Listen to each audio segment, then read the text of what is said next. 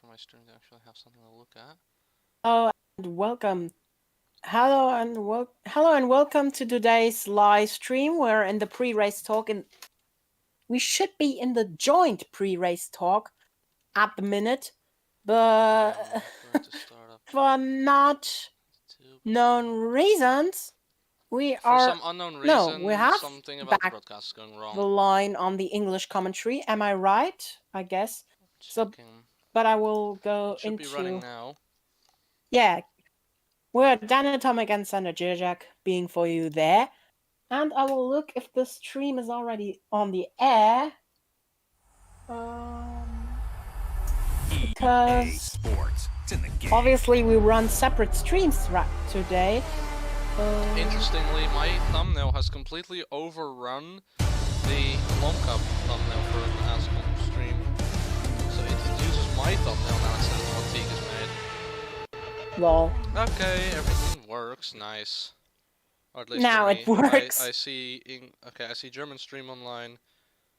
Yeah. Yep. That was quite challenging. That was a bit of a challenging troubleshooting moment, but it all worked out in the end. Could be possible that I crashed the stream. Could be possible. When that is the case and I crashed the stream, then I will shot into my brain. No joke. Joke. Could it be because you are using other settings than me? Or do you use your...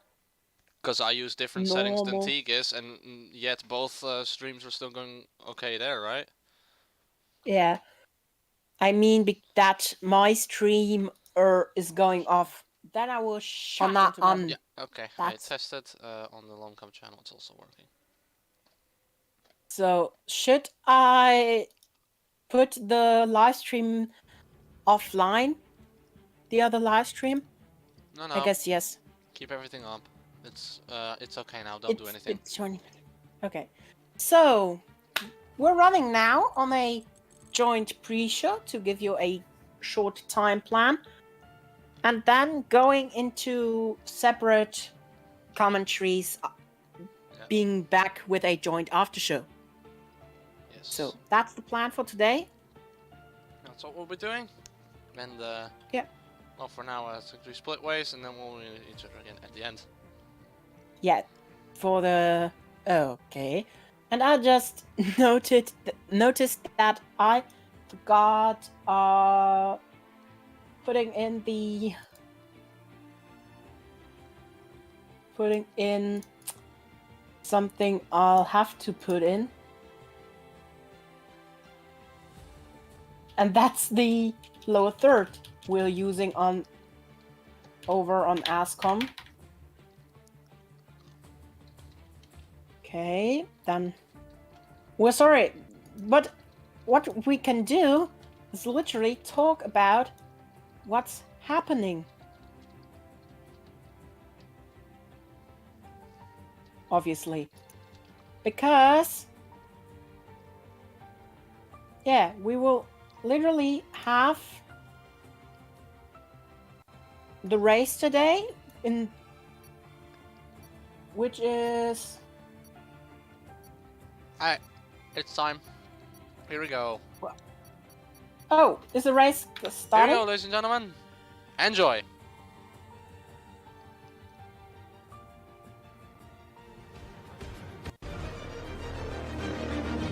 Both go off on the middle of the Camel Straight. What an epic battle here! Wheel to wheel with the Haas and the LP! This is great racing.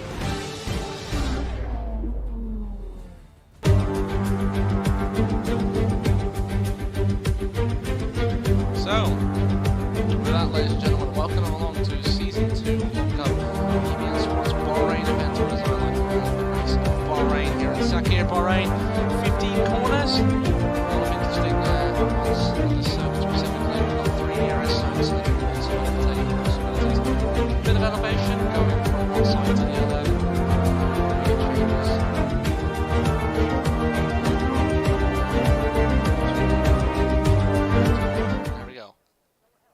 somehow we've already missed 40 seconds of quality. I don't know how, but it is what it is. What it is, I suppose.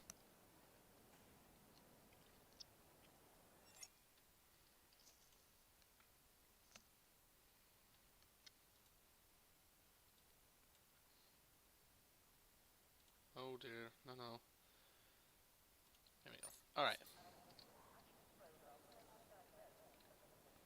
Contrary to last weekend, I will just be running the in-game graphics.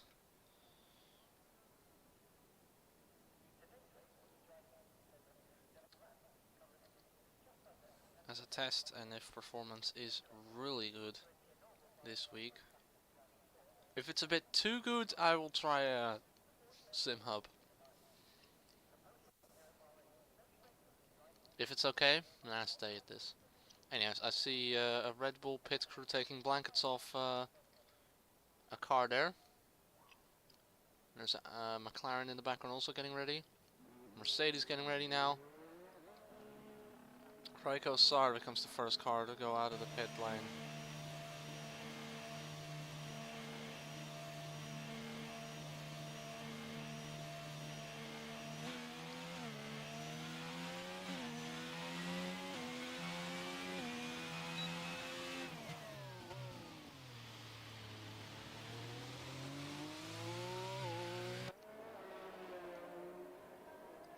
Obviously they're all gonna take it easy on this outlap.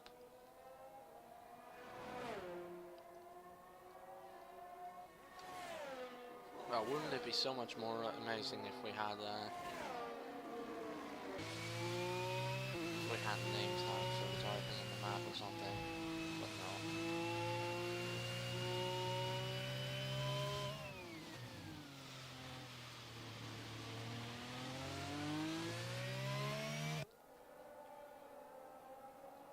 I'm gonna quickly make a note on my phone because I'm not using my phone right now. For all names.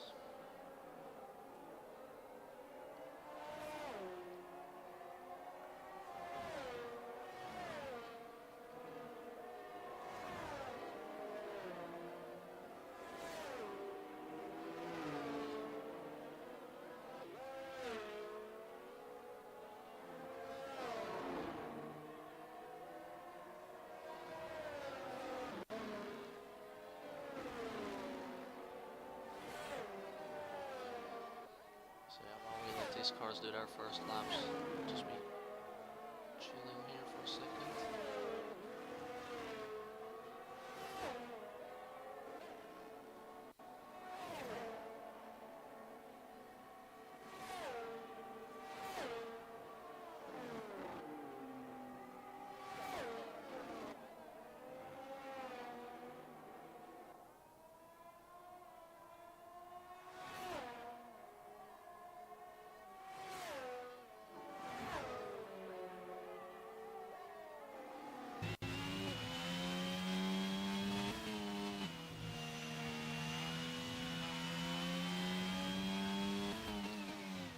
Just tab out for a second. I need to check.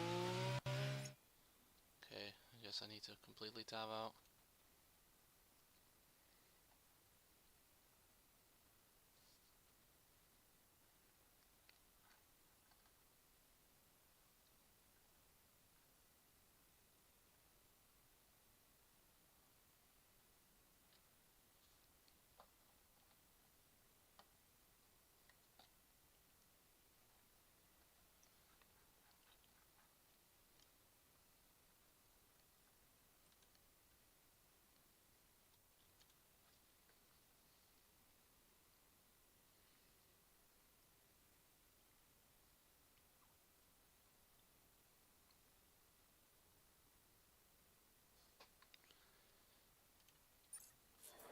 Now, there we go, Rakes. First lap, 128.6. Pim, 129.1. Bunch of people crossing the line. Nick Frussin goes down, 129.9. That's definitely a banker lap. Luke Tonisa, 128.666. Lepidatu Radu with a 129.8. Yuri Pavlikovsky to 128.9.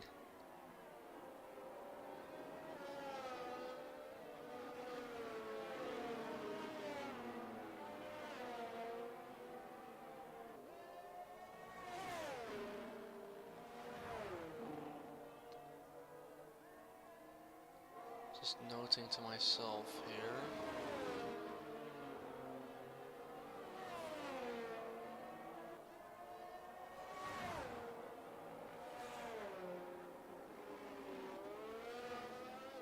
The names of the people will have usernames that are slightly off from their names. So that's a good view of it, and there we go, now I can put it here. Alright, let's have a little look at Mr. Marcel van Laar. He makes his debut in the league today, and he's going back to the pits. I can only assume Dominic is also making his way back to the pits. Especially with an exit out of turn 8 like that.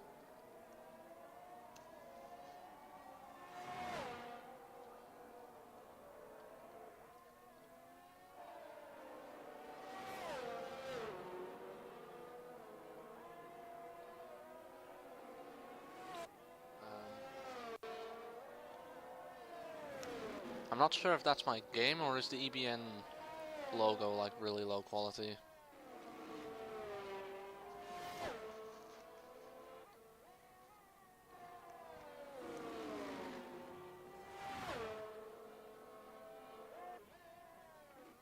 Ah, EBN Sports went live.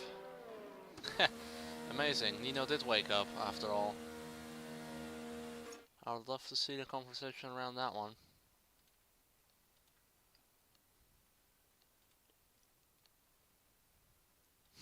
Late but live.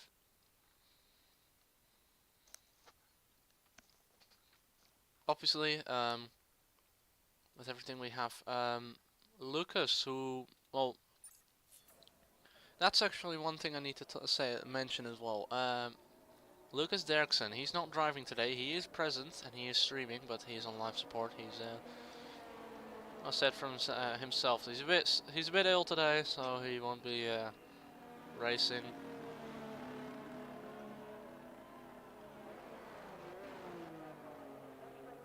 And that's why he's not here.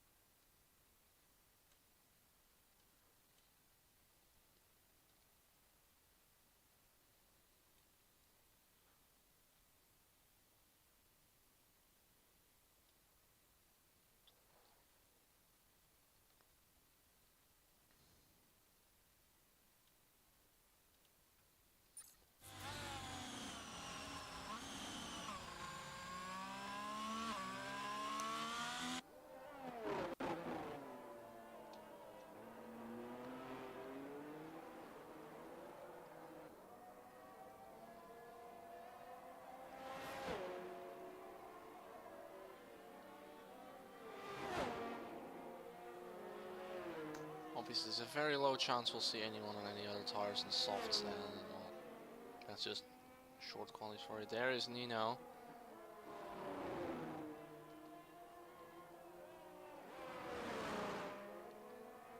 Luckily, with 15 people in the lobby, there's more than enough space for both broadcasters this time.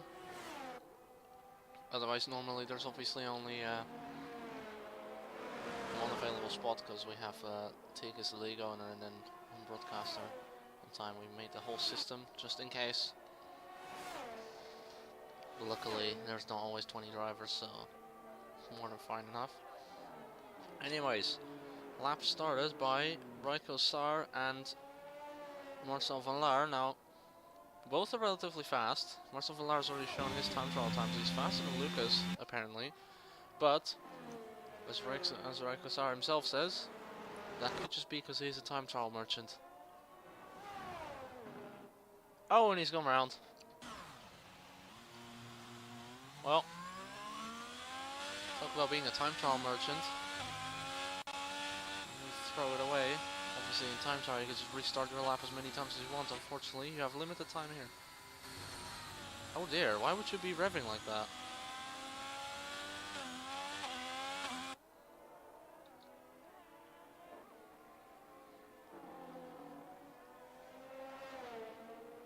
That logo on the inside there of turn 11 is really low quality, and there as well. Purple middle sector times 2. And because Rekasar has already done a lap before this, that's definitely like definite purple sectors and not just sectors that look purple but aren't. Nope, they are purple sectors very much as he comes across the line. And he goes faster. 128.389. And I think, yeah, Marcel spun again. Watch the tires now.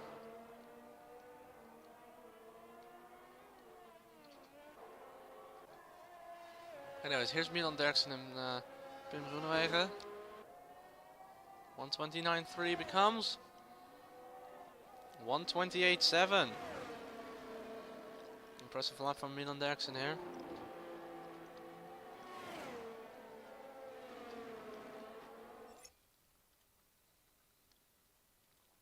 Just gonna check what's going on here. Yeah.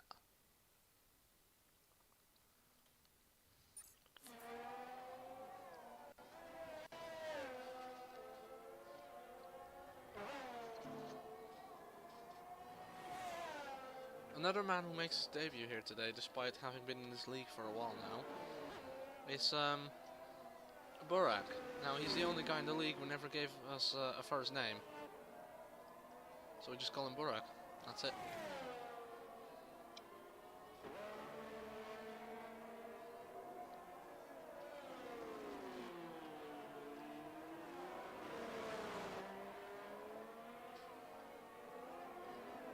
Oh, Lucas is here. I suppose he hopped into a car halfway through. Yeah, he did, because there's 16 people now. And there's Joep van Leeuwen as well. Was Lucas here all the time? No, he surely wasn't. So Lucas has decided to try driving anyway.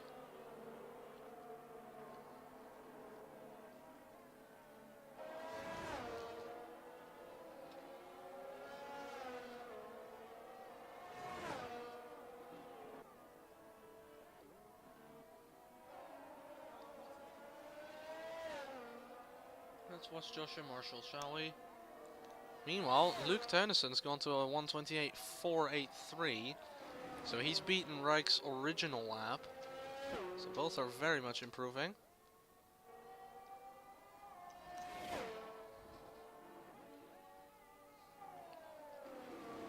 We're seeing a similar top start to develop now. Okay, now I think he's definitely on a lap now.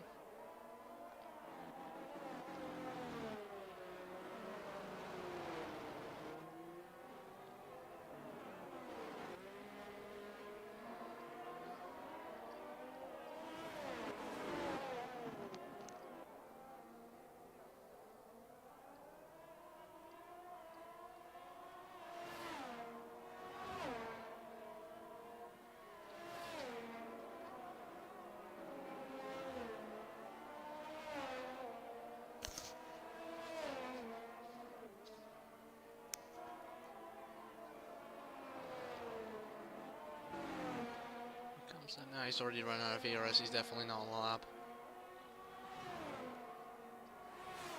If he completes his lap, he's basically ruining it for himself. He's better off pitting now, but he doesn't. Yeah, well, it's not a fantastic lap if you can't get your ERS charged.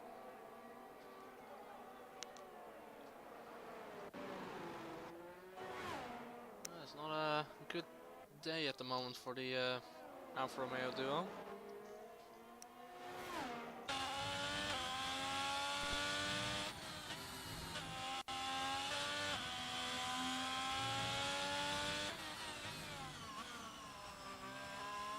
There's another indicator, by the way, that Joep van Leeuwen joined the lobby a little later. He's still got Guan Yu Zhou's helmet. Speaking of which, let's check Lucas. Lucas seems to be using his own helmet, so he joined in the beginning of the session, but I didn't see him. That's strange. Must have completely skipped over him mentally.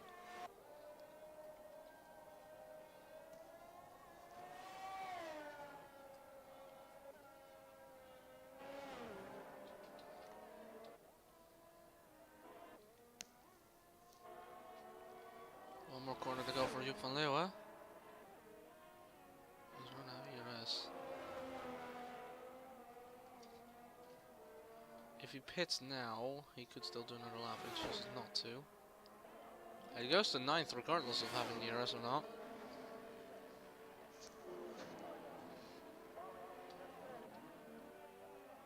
Whoa! Two Aston Martins almost drive into each other. I think it was Rio trying to get as much slipstream as he possibly could from his teammate there before passing him. But that was right dangerous there.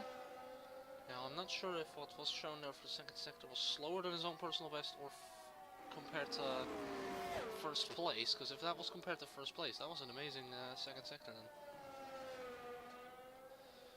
Here he comes, out across the line. Oh, he pits.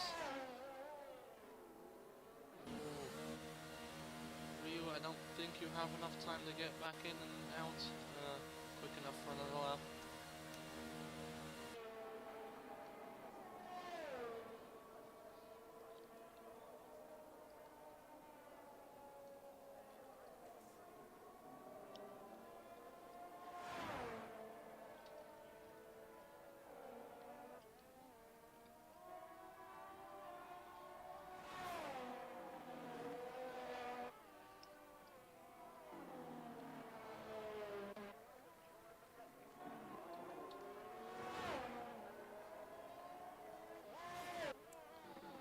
So you know, Valas is coming in on that lap. Who's the next car? Pim Groenewegen. What can he do? Oh, he's on an out lap. No, never mind, it's a 129.1. That's an improvement and sees him up into 7th place. I don't know why the timer was completely crazy there. Oh, don't tell me that that's... Oh dear. Oh dear. It's not Marcel's day, is it? And I think we've just got Ryu coming out of the pits. He's absolutely rushing to try and get another lap done, but I don't think he's got enough. I don't think you can cut your way to saving 30 seconds off of an out lap. And he's seen it. He knows he won't make it. Best he can do now is try to give his teammate Lucas Derksen some slipstream. But seriously, it was Lucas giving him slipstream then.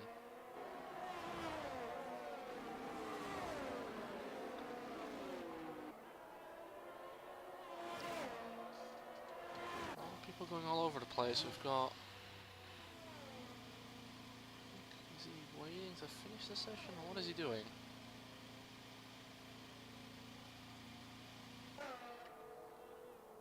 Nick Frustus in. He's going to be on that lap. People finishing now. It is last place then for Marcel van Laar. Bim up to 4th. Lepidato Radu, can he do across the line? Nothing, unfortunately. Montanaro, he doesn't make it to start his lap. Milan Derksen makes the jump up to 4th. Joshua Marshall makes the jump up to 5th. Here's Raiko Sar, can he... he secures that pole position, 128.2, unless we get a big shocker here. The next card across the line is Luke Teunissen, but I don't think he's got that pace on his last lap to do it. Best you can do is try. Across the curb, out across the line. It's 128, 483 still. Lucas Derksen into the pits. He settles for 7th in qualifying. The absolute quality merchant here. Not doing as well as before. Nick Frusterson, he will be the final card across the line then. He's got them fresh tires, not run out of ERS yet. And he goes up to 7th. So yeah, that's it. That's qualifying over as we wait for Dominic to get pulled back into his pit box because he refuses to retire from the session. But Raiko Sar on pole position.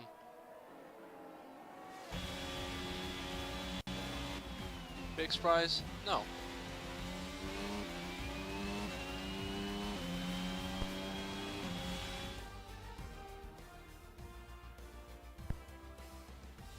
There's a grip for the race. Rako Sar, Jure Palikowski, Luc Teunissen, Milan Derksen, Joshua Marshall, Pim Groenewegen, Nick Frosterson, Lucas Derksen, Joep van Leeuwen, Burak, Lepidatu Radu, Brian Montenau, Said Al-Falassi, Nikos Alfiades, Dominic Koegen, and Marcel van Laar.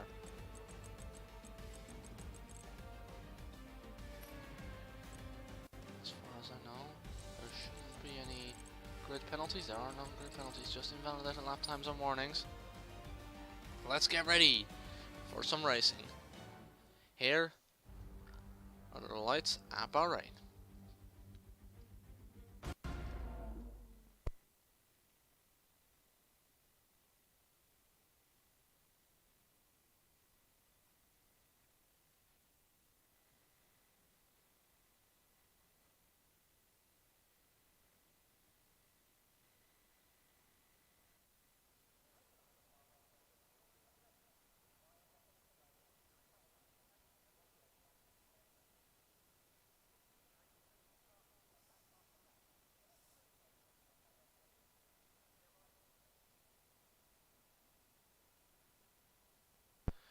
Oh, welcome along to the Bahrain International Circuit then. This is currently one of, I think, only 2 or 3 tracks that we have already done 2 races on. No, that's not yes, the only 3 tracks that will have their 3rd race in this league this season are Silverstone, Bahrain and Zandvoort. Now, Bahrain, lots of things happened. Last season it was a victory for Eli Hancock. No, yeah, Eli Hancock in his only 2 races before he retired from the league. So formation lap gets underway, and Teague still hasn't fixed the light thingy there, as I can still see my own Team Cast by Szandor logo.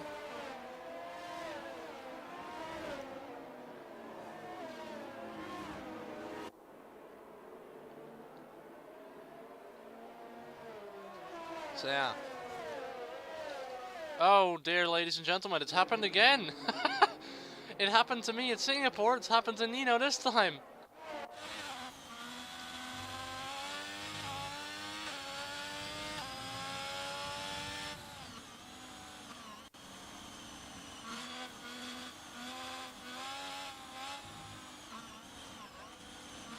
Well, that's awkward.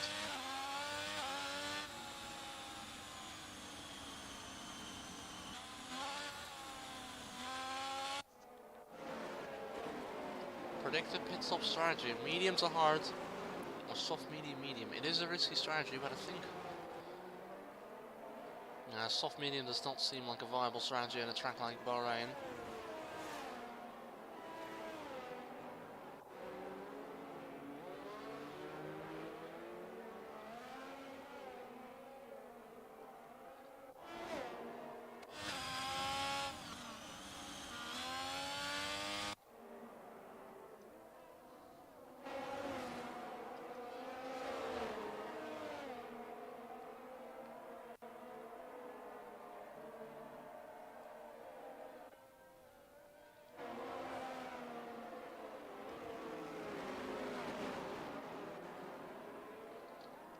Oh, well, Dominic Koegen and Marcel van Laar are gone.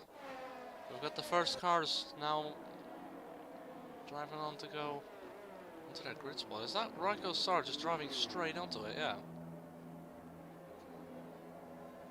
Ah, and he's gone too far. One man who hasn't gone too far is Jure Palikowski.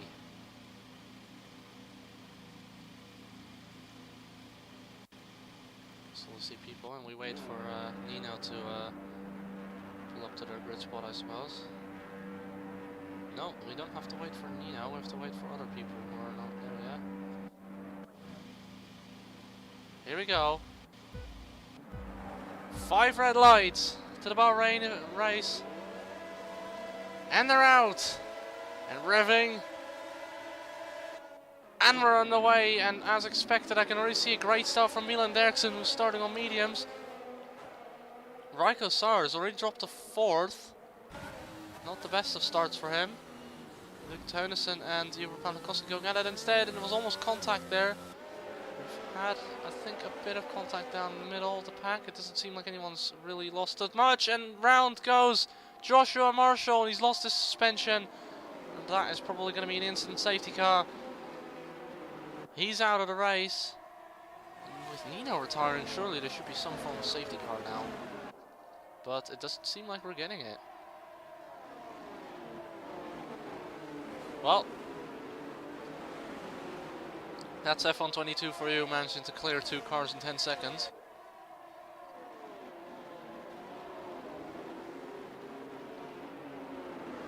Oh, off the track goes Said Al-Falassi.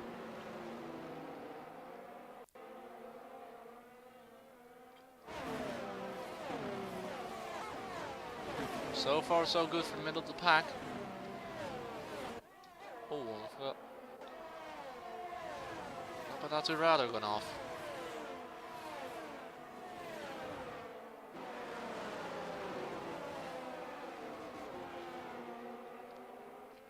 I think people are struggling a little with the balance of the car right now.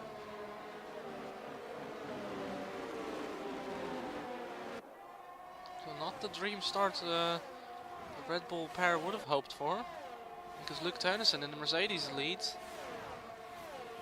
Raiko Sar has gone down to 4th.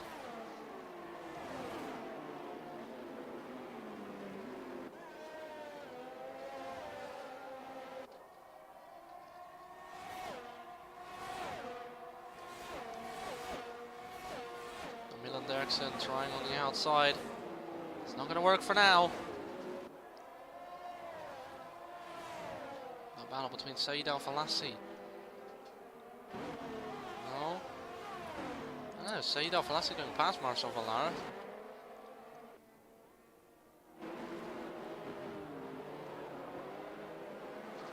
Now Lepedati Rada's gone past him. Oh, and Said goes past the next car. Said? Oh, we're still in his, somewhat his territory, aren't we? We're still in the Middle East. Nah. It's very much show that this is his home turf.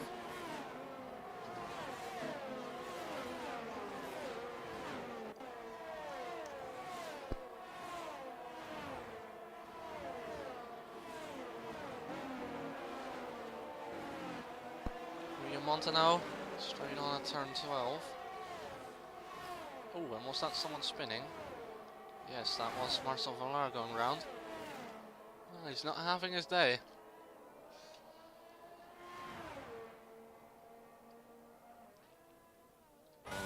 One man who definitely seems fast is Rio Montano.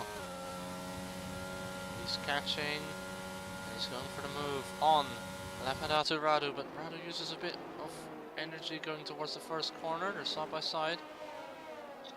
He's got the inside line. That's not a big advantage going in here. But he's still got right behind him, and now with DRS he should be able to get past a lot easier.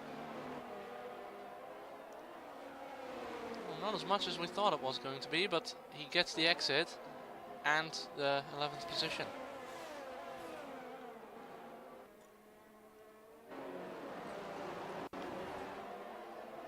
Jure Pavlikovsky probably pressing on the DRS as hard as he can now, try and get close to Raiko Sar, but he's not.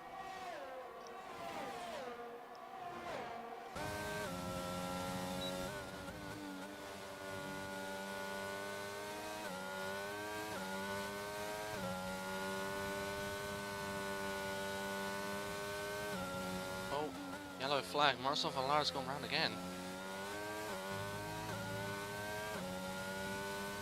Well, maybe Rijk's time trial merchant prediction was correct, and Said Al-Falassi's gone round at turn 12. That's a big shame, because that throws away a 10th place for him.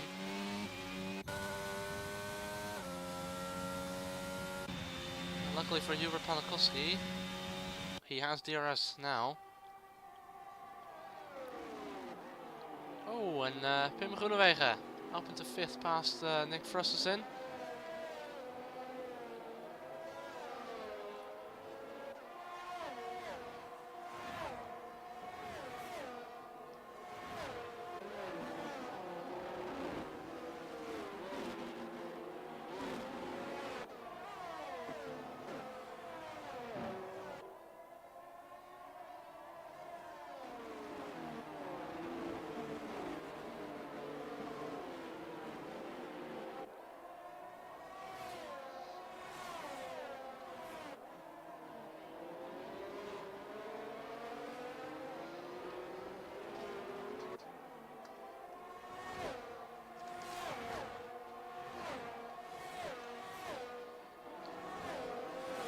position just yet for Milan Derksen. He's looking at the back. And well, this day just goes from bad to worse, doesn't it? And now he's damaged his front wing. Well, that's unfortunately going nowhere.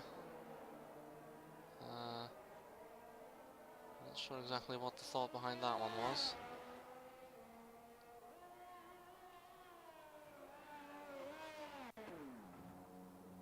Oi, that is not allowed. Someone tell him that that's not allowed. Meanwhile, we almost missed this overtake here. Milan Derksen on Hubert Palakowski. Switch back just in time to see that one happen.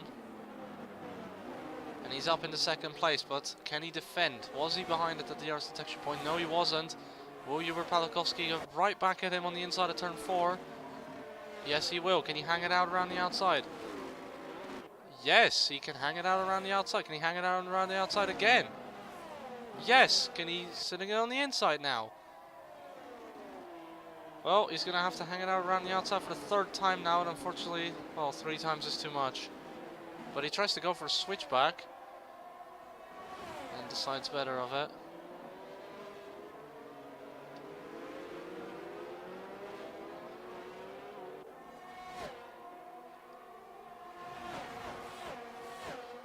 Well, I was kind of fearing we'd get a Marcel van Laar induced safety car, but luckily that's not happening. We've just got a bit more racing still.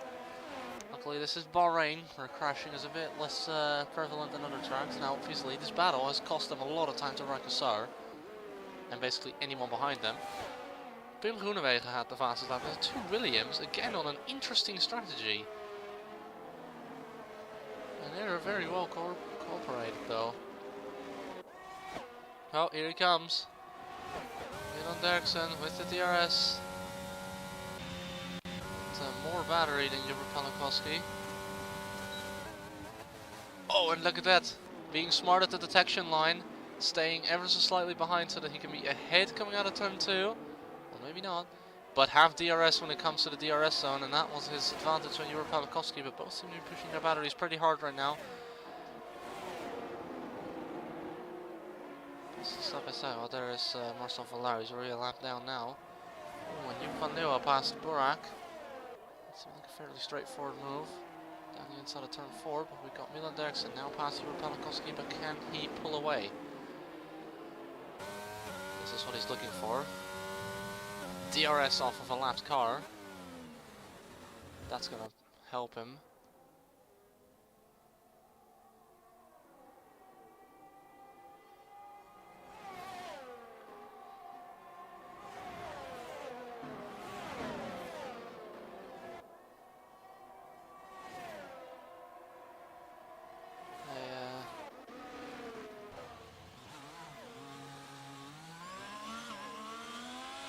Well, that was a reset to track. Said El Falassi dueling with Dominic Kuchen. Okay, Said, tell me, how the hell have you already run out of ERS? Well, nonetheless, he still gets past, but look at that. Yeah, he is completely out of ERS. Dominic Kuchen still at 60.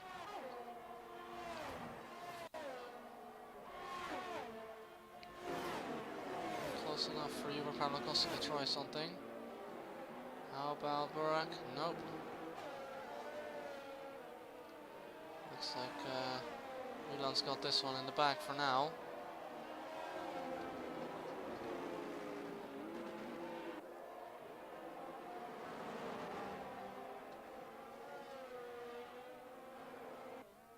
Must have made a mistake there. He lost half a second to Said.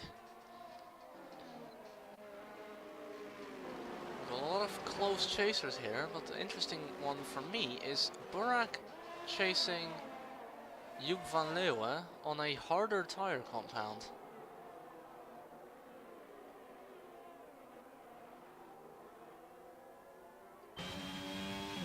Oh, wow, the camera angle really makes it look like they're closer than they actually are, doesn't it? Still no big changes in the last few laps. More blue flags that are being waved for Once a Van Laar before he gets lapped by the whole field. Oh, they put a little race for a quality banner anyway on the track. There it is.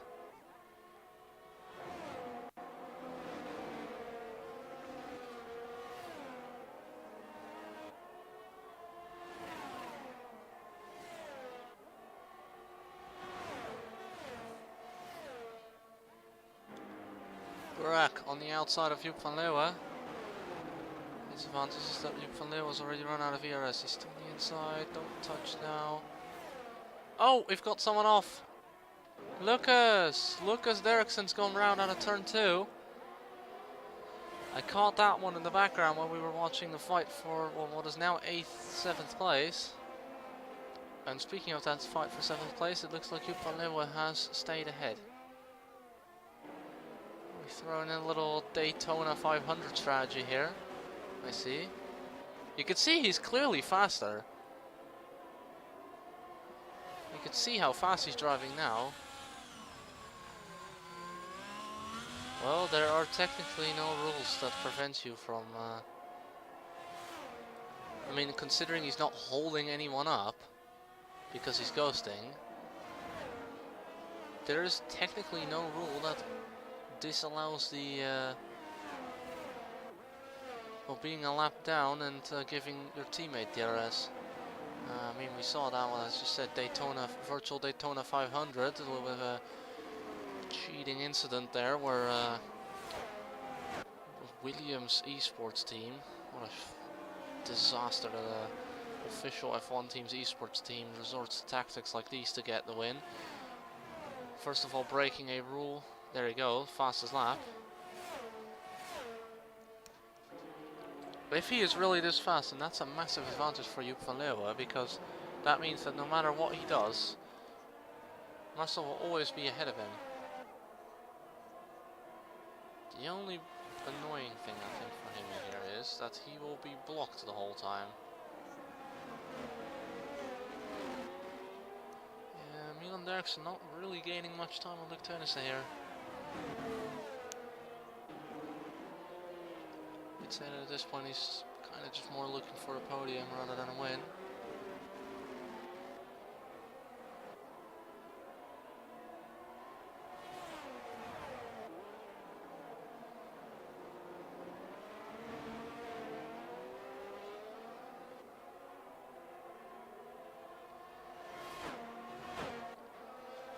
The battle we do see here is Pim Groenewegen, right on the back of Franco Saar here.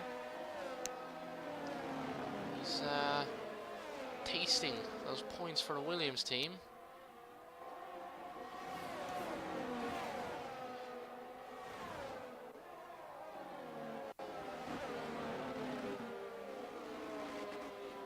You can almost feel the points. I don't think he'll be able to get close enough for an overtake.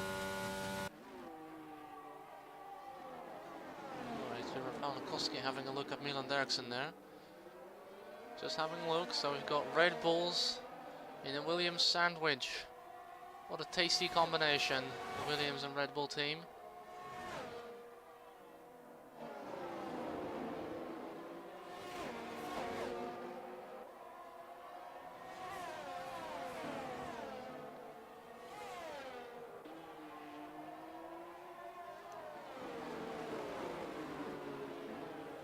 Nick Frusterson doing pretty well to hold up to the rest of the pack.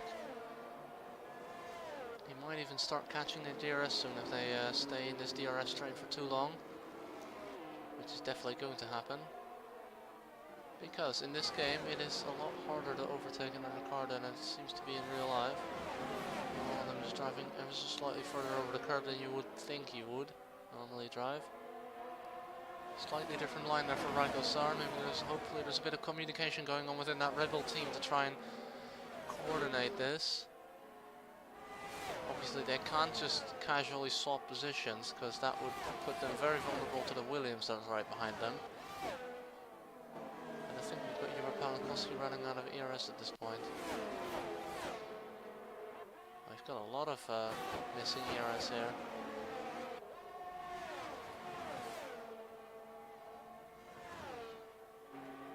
Jur Pawlikowski up into second place again. But for how long? With Milan Derksen behind. It won't be this corner that he can overtake him.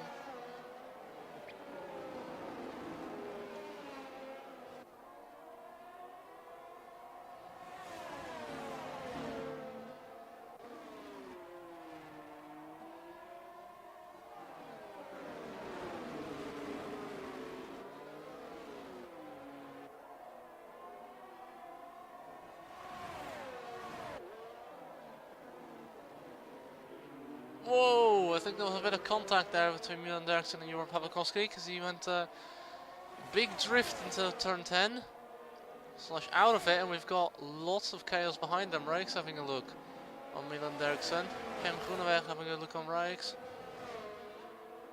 Whoa, it's going everywhere. Rijkosar tries to make the dive. Can that catch Milan Derksen off guard? Well, not entirely. And more catches him off guard for Pim. Big daring moves here. So on board once again, Rijkosar. Yeah, they've all run out of ERS here. Milan definitely hasn't, and neither has Jur Pawlikowski. Any big moves here? No. But he's almost going for it. Rijkosar, I think he's trying to scare Milan Derksen into making a mistake, but instead, oh, almost have a straight overtake from Pim there. He has to go off to prevent being hit, and we've got Lepidotto into the pits. What will he do?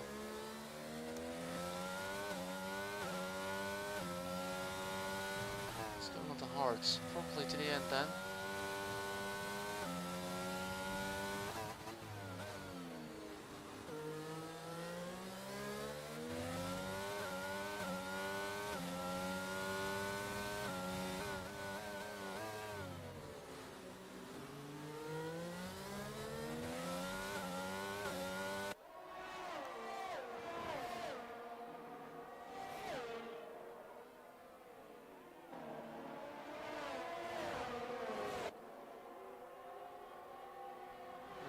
Now takes the next car up to 8th place past Burak in the AlphaTauri. His next target, Joep van Leeuwen, who I fear may still be being helped by his teammate here. Yes, he is. But is it enough? No, it doesn't seem to be enough, because Rio Montano, as you can see there, very much pulling into his DRS, and fastest lap from Luc Teunissen on the hards. That is quite impressive.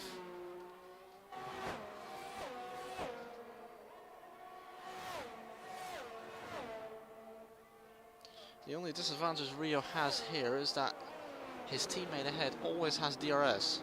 I mean, not his teammate, sorry, the Alfa Romeo ahead always has DRS on his teammate.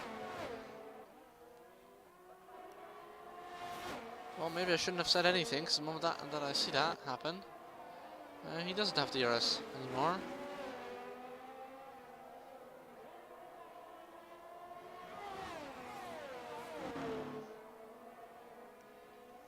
Oh, someone's off. Someone's had an off.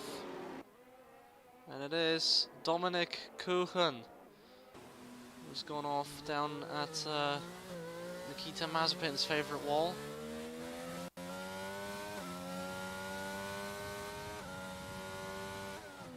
We've got the first penalty of the race as well by Marcel van Laar. Montano definitely catching, you can see here.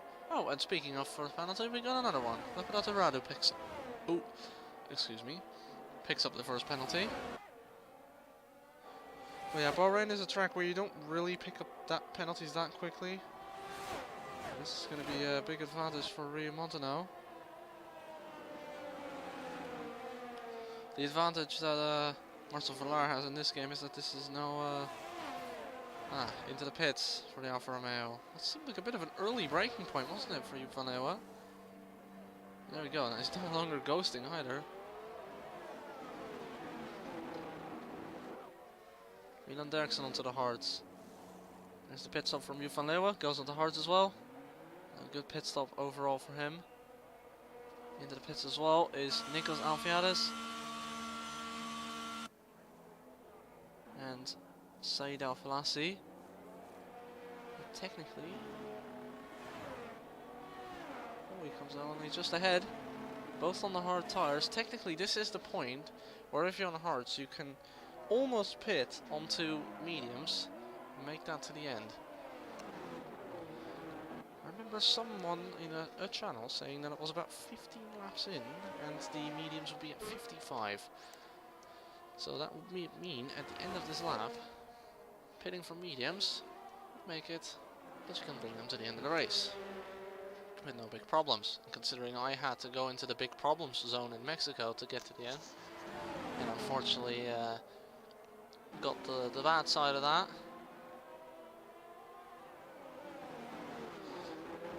Let's see, who in the front goes in the pits? No one.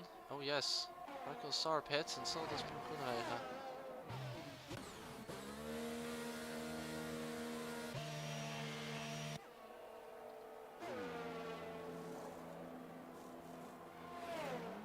Nice pit stop for him. There's pit stop there as well. More pit stops coming in. Aston Martin of Rio Montano.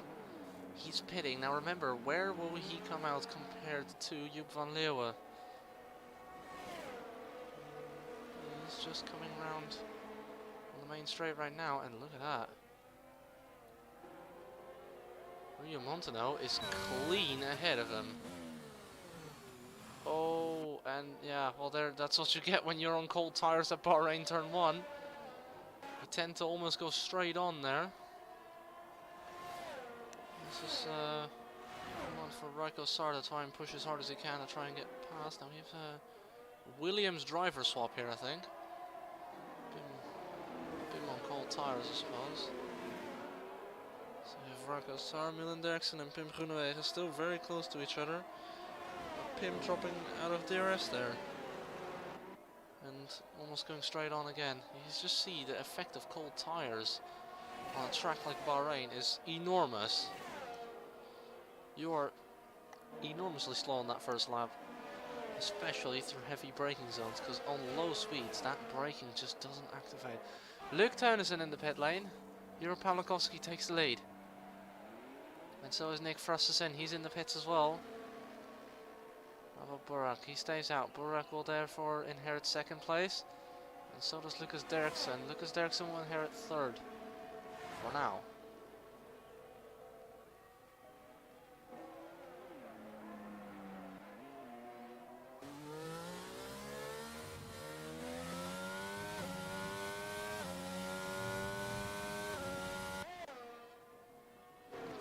In.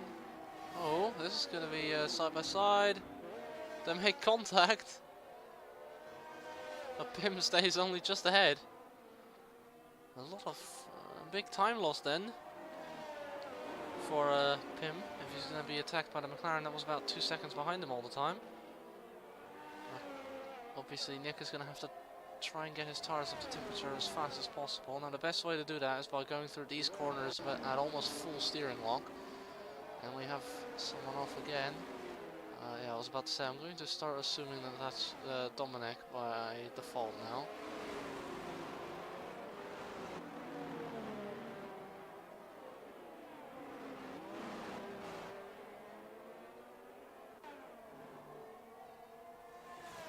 Oh dear! We've got a... well, I think a safety car. Because we've just had a oh, what the, what is going on? I was about to say, I got scared there for a second. A big off for Marcel van Laar. Now that looked very much like an on-purpose crash, and that could easily get you a big quali race ban.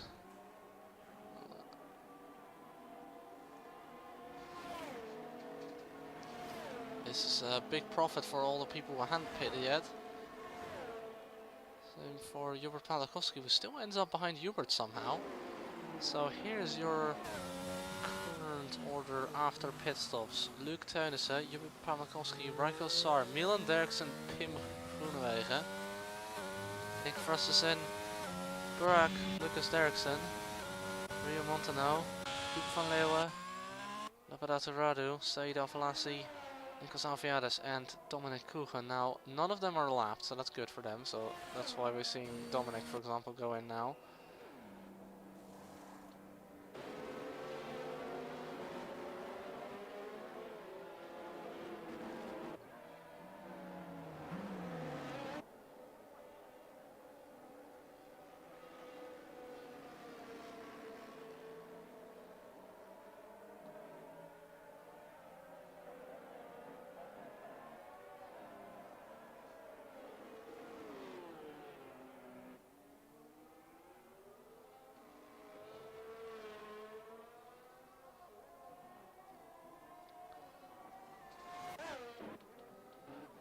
Oh, Lucas. Lucas is very well known so far for accidentally overtaking people behind the safety car and then having to give the place back, which causes confusion and chaos.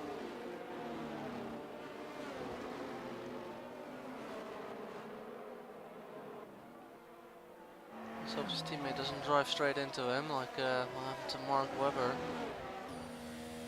Now, interesting to see that Rio Montano's on hards. I'm gonna be honest, if I were him I'd pit for mediums now. You'll lose a few positions in the queue, but you won't be on the disadvantage having tire, but that's a risk you can take, I suppose, but whether it's the right risk for Rio, not sure. Here's the tire age. You see, most people on hards didn't actually pit again.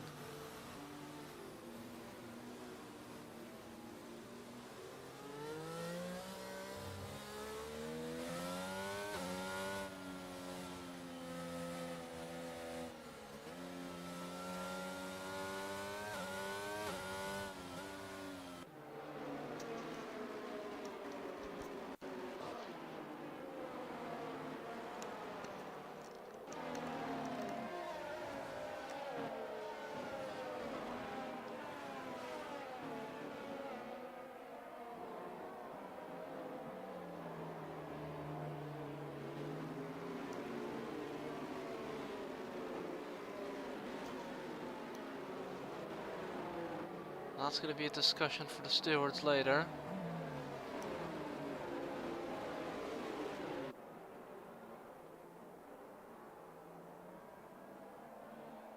Because that is definitely not something that you want to see.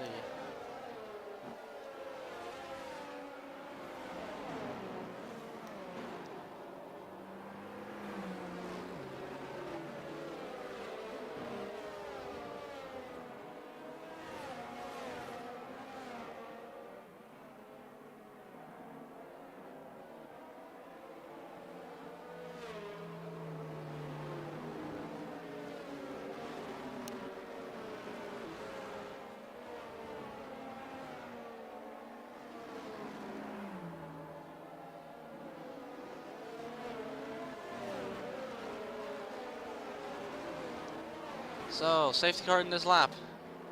Luc Teunissen. Oh, we've got a bit of a temporary swap between the two Aston Martins. What will he do? Oh, he's backed them up again. The Mugello effect has happened, and the Mugello effect has left Luc Teunissen in a bad spot, as well as the two Red Bulls compared to each other. Oh, and they're going at it. That might cost them a lot of time.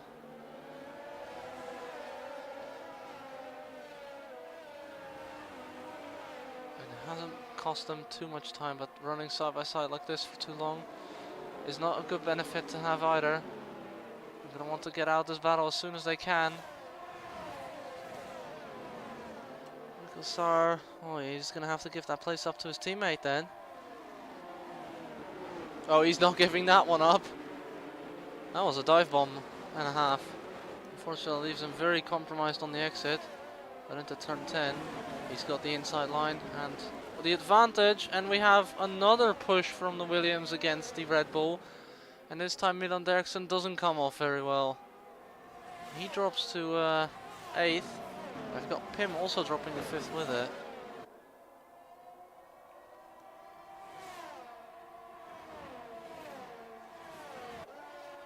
Because Derek's starting to do his work of overtaking people now. He's alive as well. He's got Pim Groenewegen next. The best part of this league so far is we've had so many races, yet Lucas and Milan have never had to race each other on track, I'm pretty sure. That's because every time Lucas was right behind him, something would happen.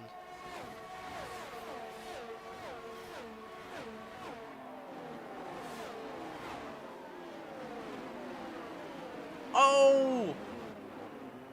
Burak into the back of Lucas Derksen, almost sends Lucas round.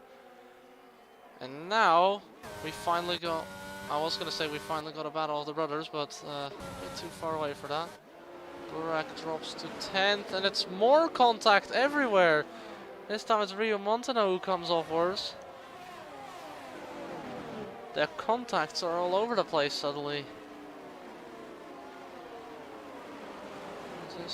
There we go, more contact this time. Rio Montano does a little touch and go on Lepidatu Radu. Turn 10, and Said Al-Falassi profits and goes through as well. No DRS just yet.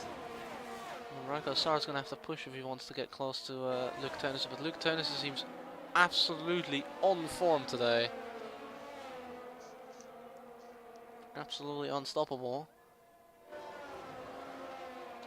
Look at that. Luke, whoa.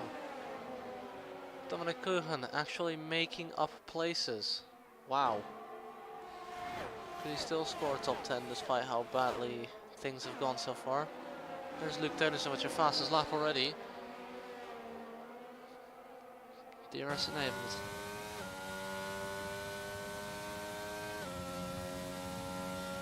We've got a fight ahead. Burak tries to get past Lepidatu Radu.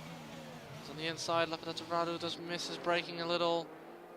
He leaves it very late and a bit too late, and then unfortunately drops him. Burak has DRS on his teammate as well, which helps.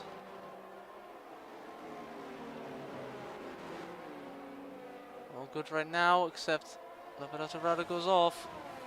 Dominic Kuchen, can he profit? He's just going to come out of the corner. Not entirely. And unfortunately, he almost loses out to Nikos Alfiades as well! And he's gone round. Now, I'm not going to point any fingers directly here, but I think that what happened was Nikos Alfiades on the outside of Dominic Kuchen, and then Dominic tried to go to the outside of the track on the exit, not fully knowing that Nikos was still alongside him, and that would have explained the weird opposite direction spin that he had just a moment ago there. Everything seems to have settled down a little now.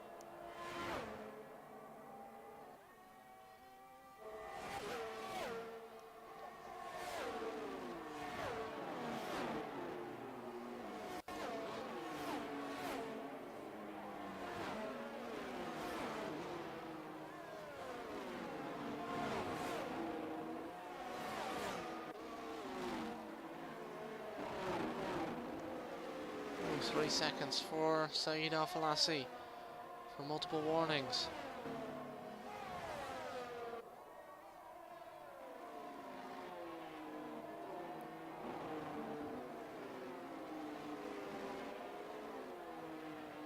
I'm not sure where Joep van Leeuwen got a penalty from.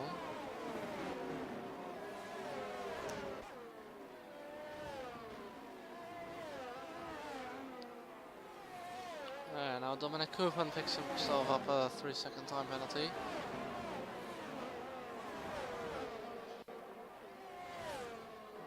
Still no big battles here, but we've got an interesting one up here. Sector 2 yellow flag. Dominic.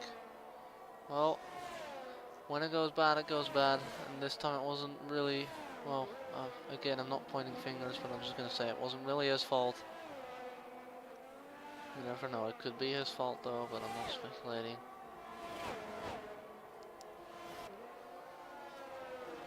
AlphaTauri absolutely doing their best this season to stay off at the bottom of the Constructors' Championship standings.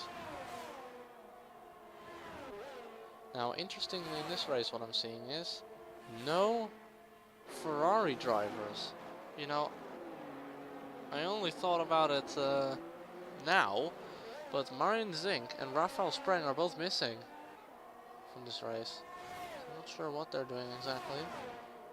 Meanwhile, Barak overtakes his teammate Sauda Falassi. Pretty fair and controlled way.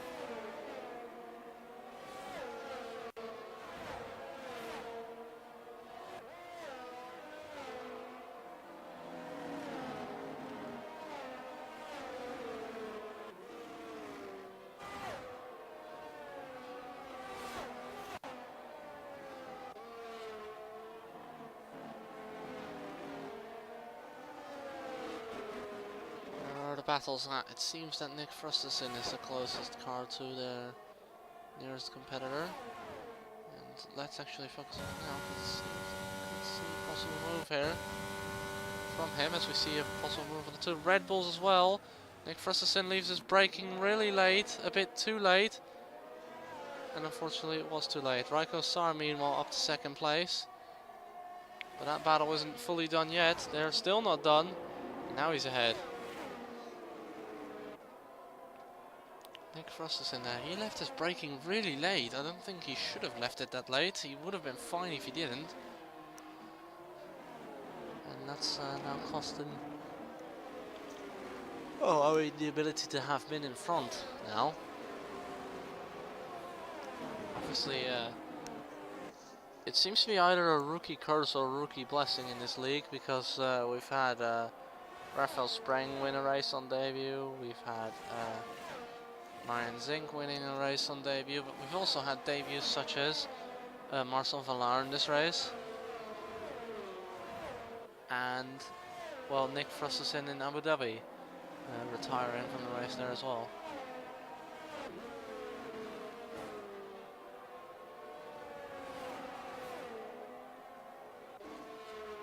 Three-second time penalty, another one for Joep van Leeuwen. For multiple warnings. I'm not sure where that one could have come from, because he went off at turn 13 it seems there.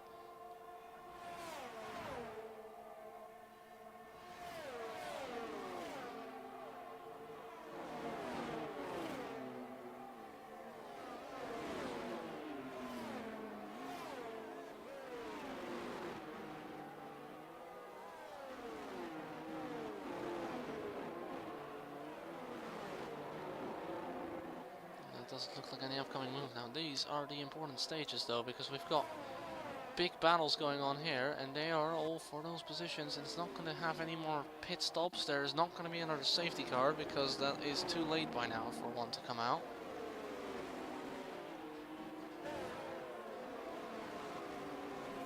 So all fights we see here are going to be hard.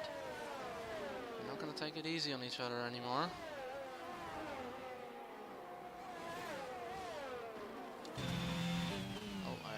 Press my wheel and that changed the camera angle. Nick Frosterson looking for a good first points result. It seems that Tibor Pavlikovski is going to start dropping on Rakasar here, so let's watch this battle between Pim Groenewegen. So it's not been going very well for Pim so far, but getting a 4th place here would be pretty good for him. Check ERS levels for a second. Lucas, a lot more ERS than the 2 cars ahead of him.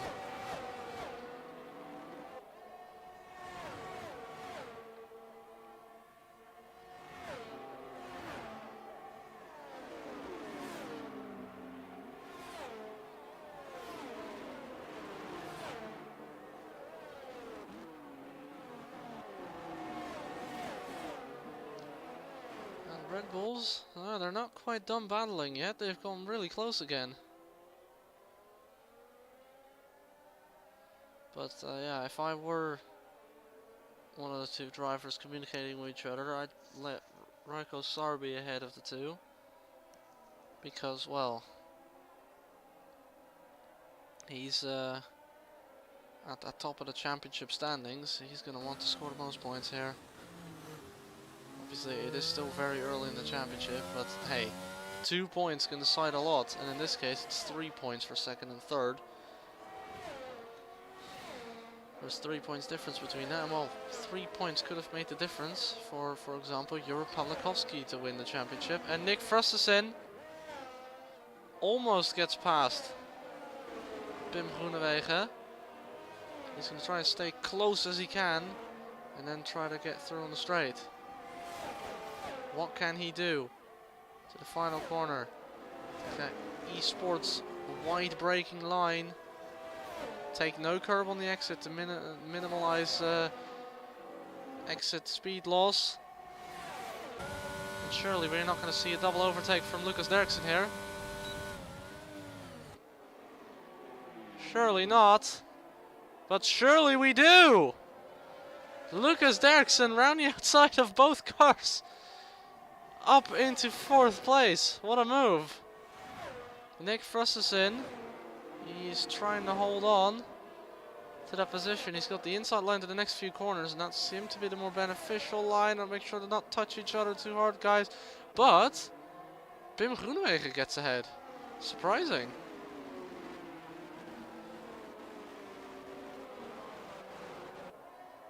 Oh, there's just 3 laps to go now.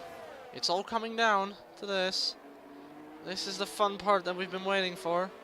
Nick Frustesen. Well, he has a few more places to attempt an overtake.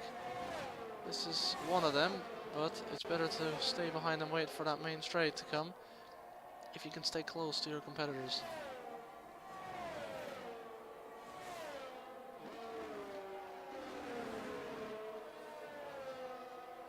Remember this is why Nick is faster than Pim. There's a difference in tires, not really in tire age, but in tires. So let's go over the penalties and stay on that till the end of the race. 2 laps to go. Never say never. Still got any chance of anything happening. Nick Frustesen, for example, can make an absolute mad dive here.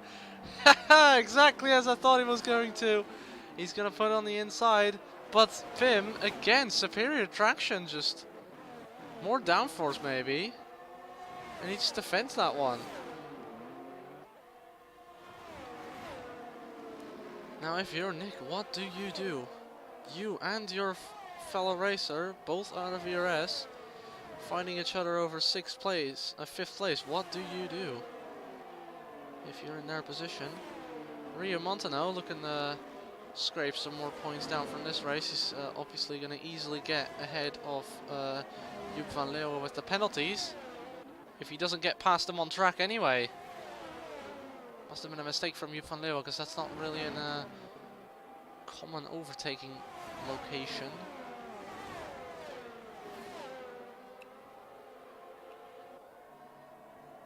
It's a thing to watch.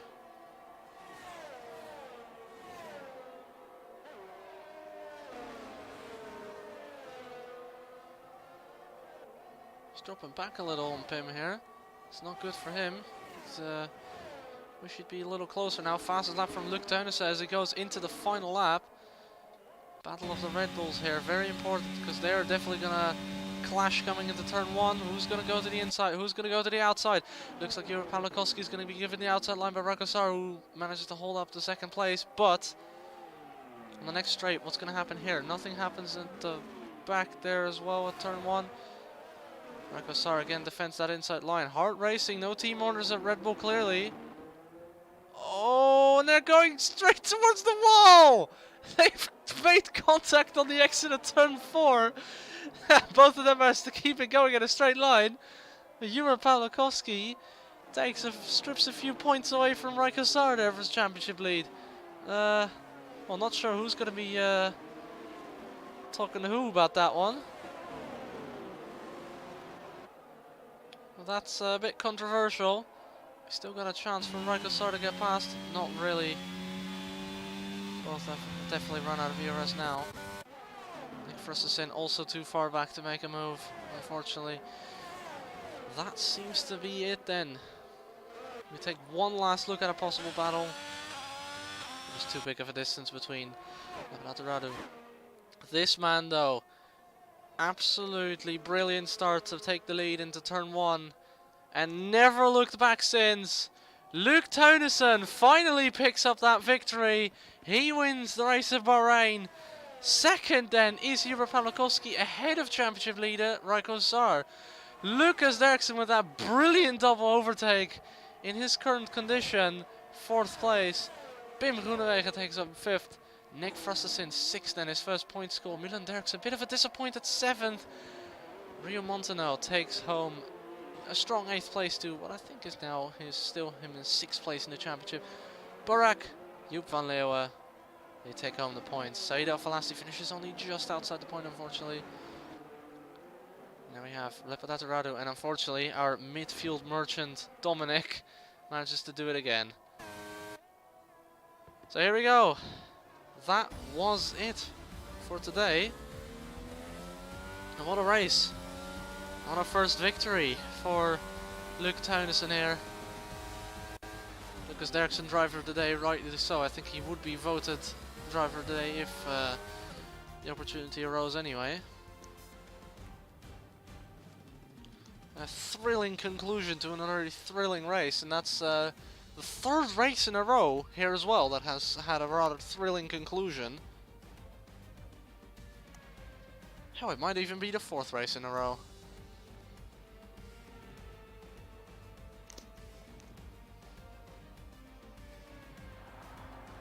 There he is. Mercedes driver finally picks up his first victory in the Lom Cup after finishing 3rd in Australia, 2nd in Singapore or something, I don't know. Yeah, 2nd in Singapore and multiple other high points positions that gave him that 2nd place in the championship up until now, but he finally picks up that first victory. Luke Teunissen, bigger title challenger than Lucas Derksen at the moment then. Spray the good stuff. We've got a familiar podium car combination showing that, well, the better drivers do somewhat get guaranteed a higher seat.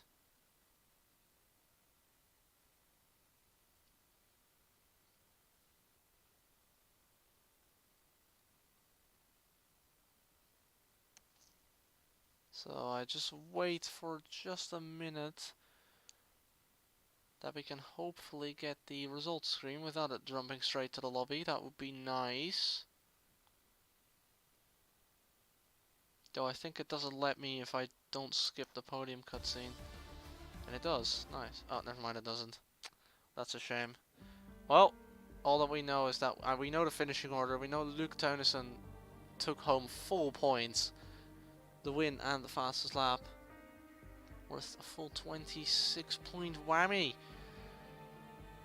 So, with that, we're going to have to move on to the post-race show with yours truly, the English commentator, and we'll be merging once again our streams together with our German commentator, Daniel Tomic. Let's switch now and do a bit of discussing about this one, and maybe some driver interviews. Here we go.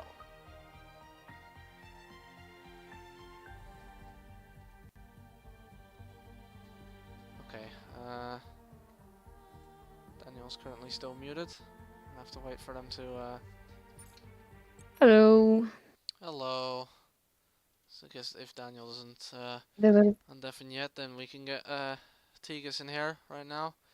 little fucker from the neighborhood is here.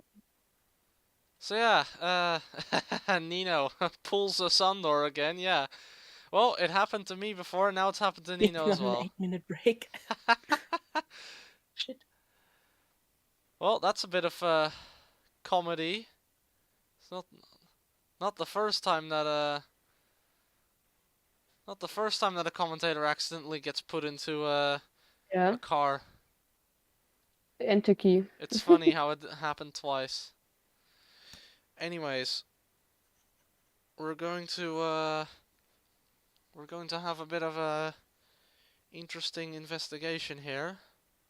So obviously, Tigers, there we go. Stewart's investigations indeed for 2 drivers for having telemetry on private. But I think the biggest investigation we're gonna have to dig into here is well, I guess it's pretty obvious. Van Laar's relatively on purpose crash at turn 9. Because I didn't see it firsthand, but I saw on the map how he went straight on into the wall. Somewhere, I'm unsure where, but Marcel said his wheel is broken and disconnected mid-turn. Okay, that would also make sense.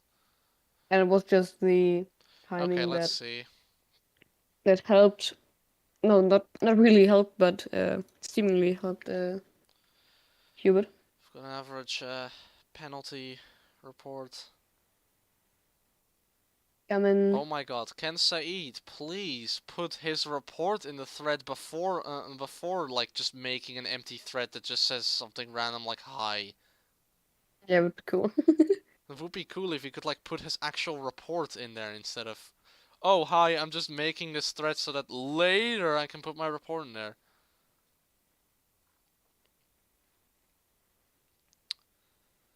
Oh, you've got 3 seconds for 1 warning.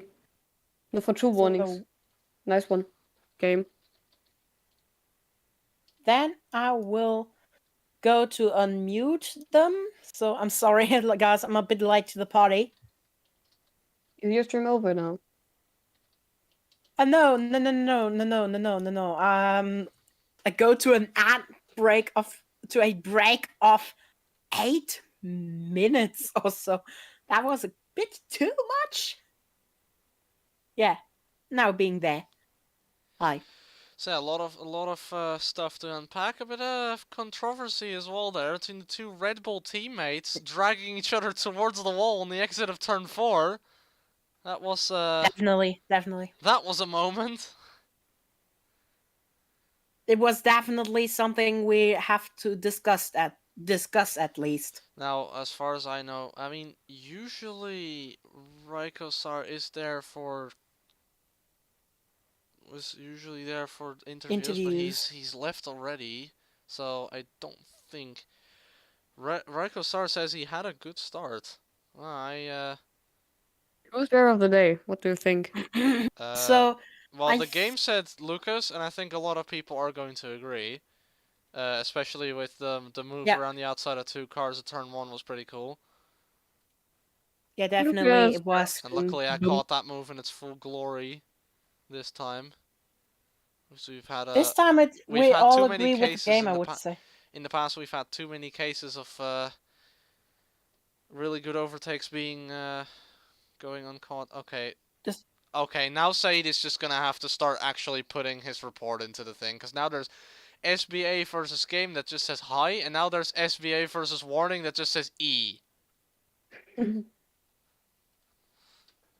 So, I think the most interesting thing was the race for P2, actually at the end with Raikkonen and Hubert Pawlikowski, where they overtook literally on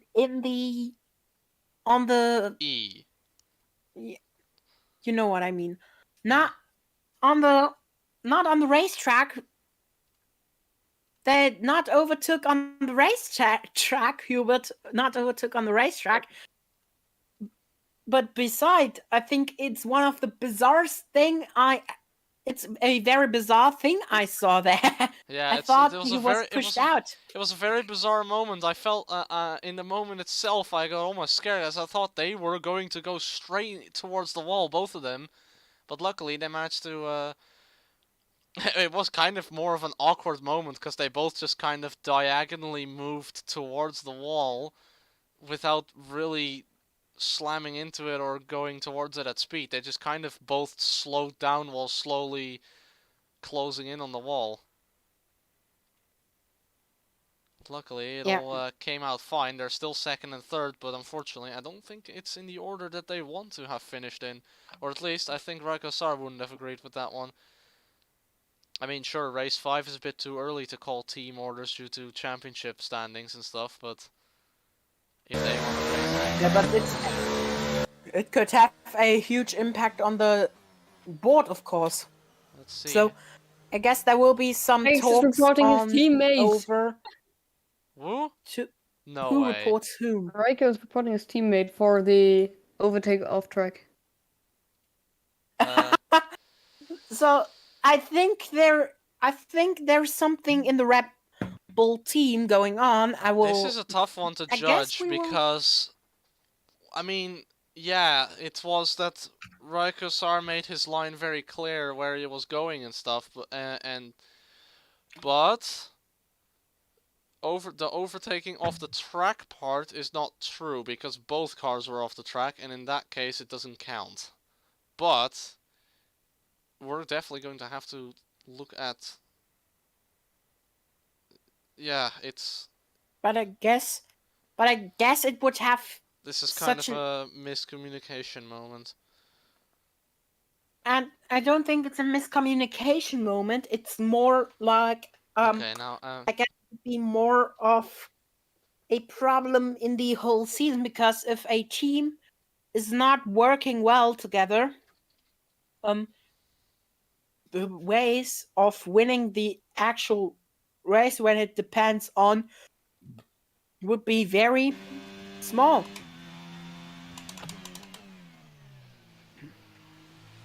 Yeah, so... What is? We should look... What's we should take a look. What? Okay, Yeah, looking at Raikko's POV, I'm going to have to say it doesn't look like Hubert was alongside enough to guarantee space. Because it seems that as soon as they kind of get to the apex, they're still side by side, but as soon as Raikkonen gets on the accelerator, he's got a significant overlap in front of you. But I think still, but to say something, I think Burak will be still very furious because of his race, because he was very good with the race, obviously. But I think for him it would be like a bit of a problem because he will drop many places. I don't think he's in last place at the moment, but he will definitely get a drop of 3 seconds of this 3 seconds penalty, plus the penalty gave him from the race director. Yeah. So, oh, hold on. I see an interview waiting room ×2, so we can get one of them in here in a moment. So then let's go with Ryu. I would suggest. We've already got one in here anyway. Yeah, but you're a bit too late with that. Okay. I will translate it as Why much is as everyone I can. suddenly jumping into the interview waiting room? What is going on? Anyways, we start with Luke. Well, finally got that W, huh? Yeah, finally. Was took long enough, and luckily you're consistent enough to not be like this win was necessary. It was good to have for sure. It's definitely nice Rafael wasn't there either. That definitely helps in the championship yeah, like challenge we as had well. a 1 point gap, but now it's I think 27. Standings after Abu Dhabi. Okay, you were 12 points behind Raikkonen coming into this race, which means you are now only 2 points behind them. Right. No, you are 1 point. Yeah, he got 1 point. He got fast lap. 90 points Rakes, 1 point Luke. But it could change because of the potential And penalty. obviously, so you were 1 point ahead of Rafael going into this race, so that's now 27. Yeah. Hubert is coming and putting his POV. Give you. to interview. We can judge that one in a moment. So, well, I mean, I don't exactly know anything specific we need to talk about here. It was just good to see you winning. Obviously, there was not really Yeah. much that happened in your race. You just kind of took the lead near the start and then never really looked back that much. Yeah, I'm just happy the Red Bulls were a bit stupid with the safety car restart. Yeah, and Yeah. you could Like, also they could have easily had a 1-2 there if they just stuck behind me, made me use my ERS while I had to defend, and then just passed both of them. the But they had to restarts, fight. that was also a moment you seemed to kind of go and then suddenly slow Yeah, down, wasn't no, it? the game decided to give me a throttle limiter in 5th gear while accelerating. Oh yeah, that's always fun when that happens. Like, I timed it, like the safety car would have been over the line when I passed it, but the game didn't agree, so... Okay, that's great, I suppose. Well, I guess that can happen sometimes. I guess Tigis is talking to Lucas, so yeah, okay, well, thanks. Enjoy your almost championship lead, and let's Yeah. see what the future brings. Thank you. Now we're gonna get the next one in here. Who should we do? Okay, Ryu was in here first, so let's do him. So, Okay, there we go. Since Ryu was waiting here first, let's put him in here anyway. Yeah. Well, Ryu, that was another decent race. Obviously, it was a bit of an unlucky moment where you got pushed almost round and you lost a few positions, but you came back and scored some points, so that's always good, isn't it? Yeah, it is. Just being consistent and just finishing the points is what I'm kind of after right now. It's kind of like not really aiming for the podium right now anymore, because I mean I'm not quite there yet. I've been practicing to just get better as a driver right now, so Okay. Yeah. Yeah. Well, I mean, obviously, improvement comes with time, and that'll slowly make its way there.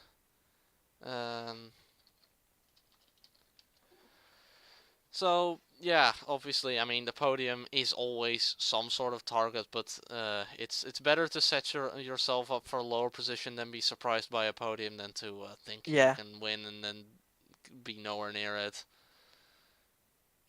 because then like if you just set those goals, your morale will be like Obviously, down, indeed, like, it's so about much, so. setting lower goals. Obviously helps.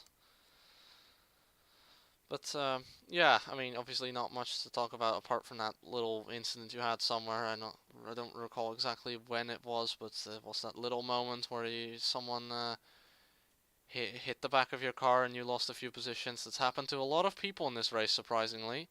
Yeah. More people than I think I can count at the moment had someone drive into the back of them. But I mean, I know that happened a lot last season as well. Or I mean, I don't exactly know, but in one of my races in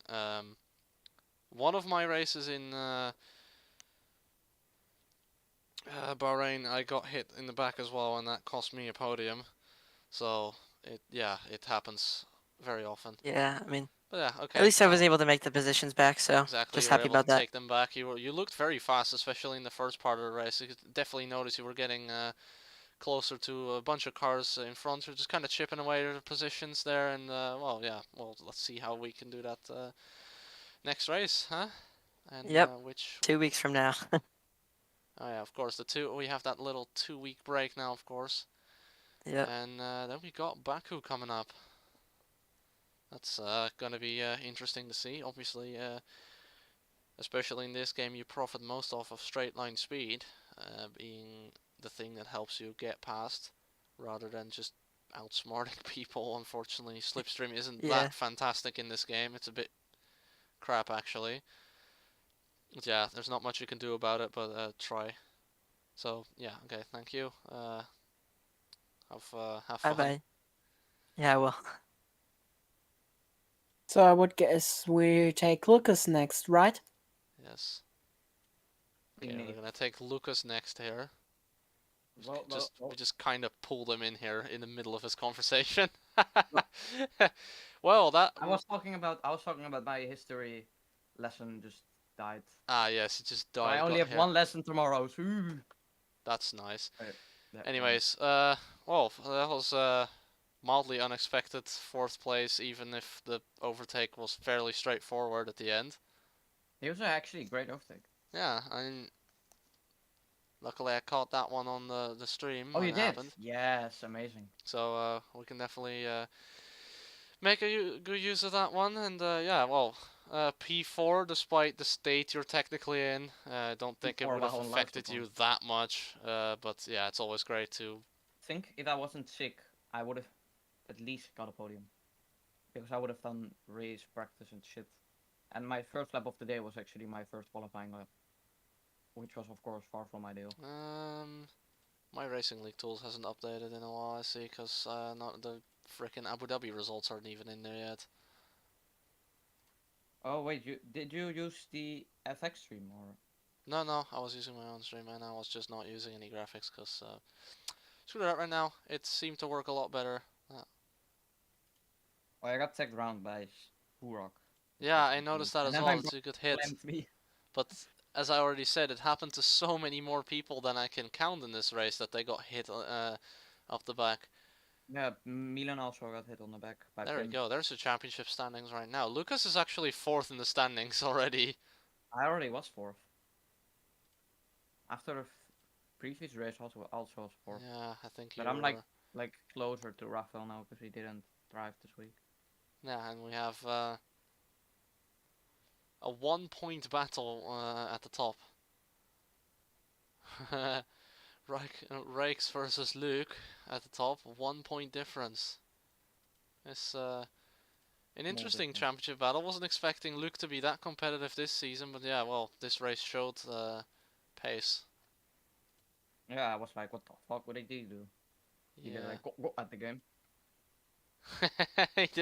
He did something to the game that made it faster. Anyways, yeah, well, hope next race goes even better. Obviously, you want to. Yeah, it can't go any worse because I was like life support moment. Exactly. I mean, 35 points is very much a gap that you can make up, considering that Luke had to come back from a near 20-point gap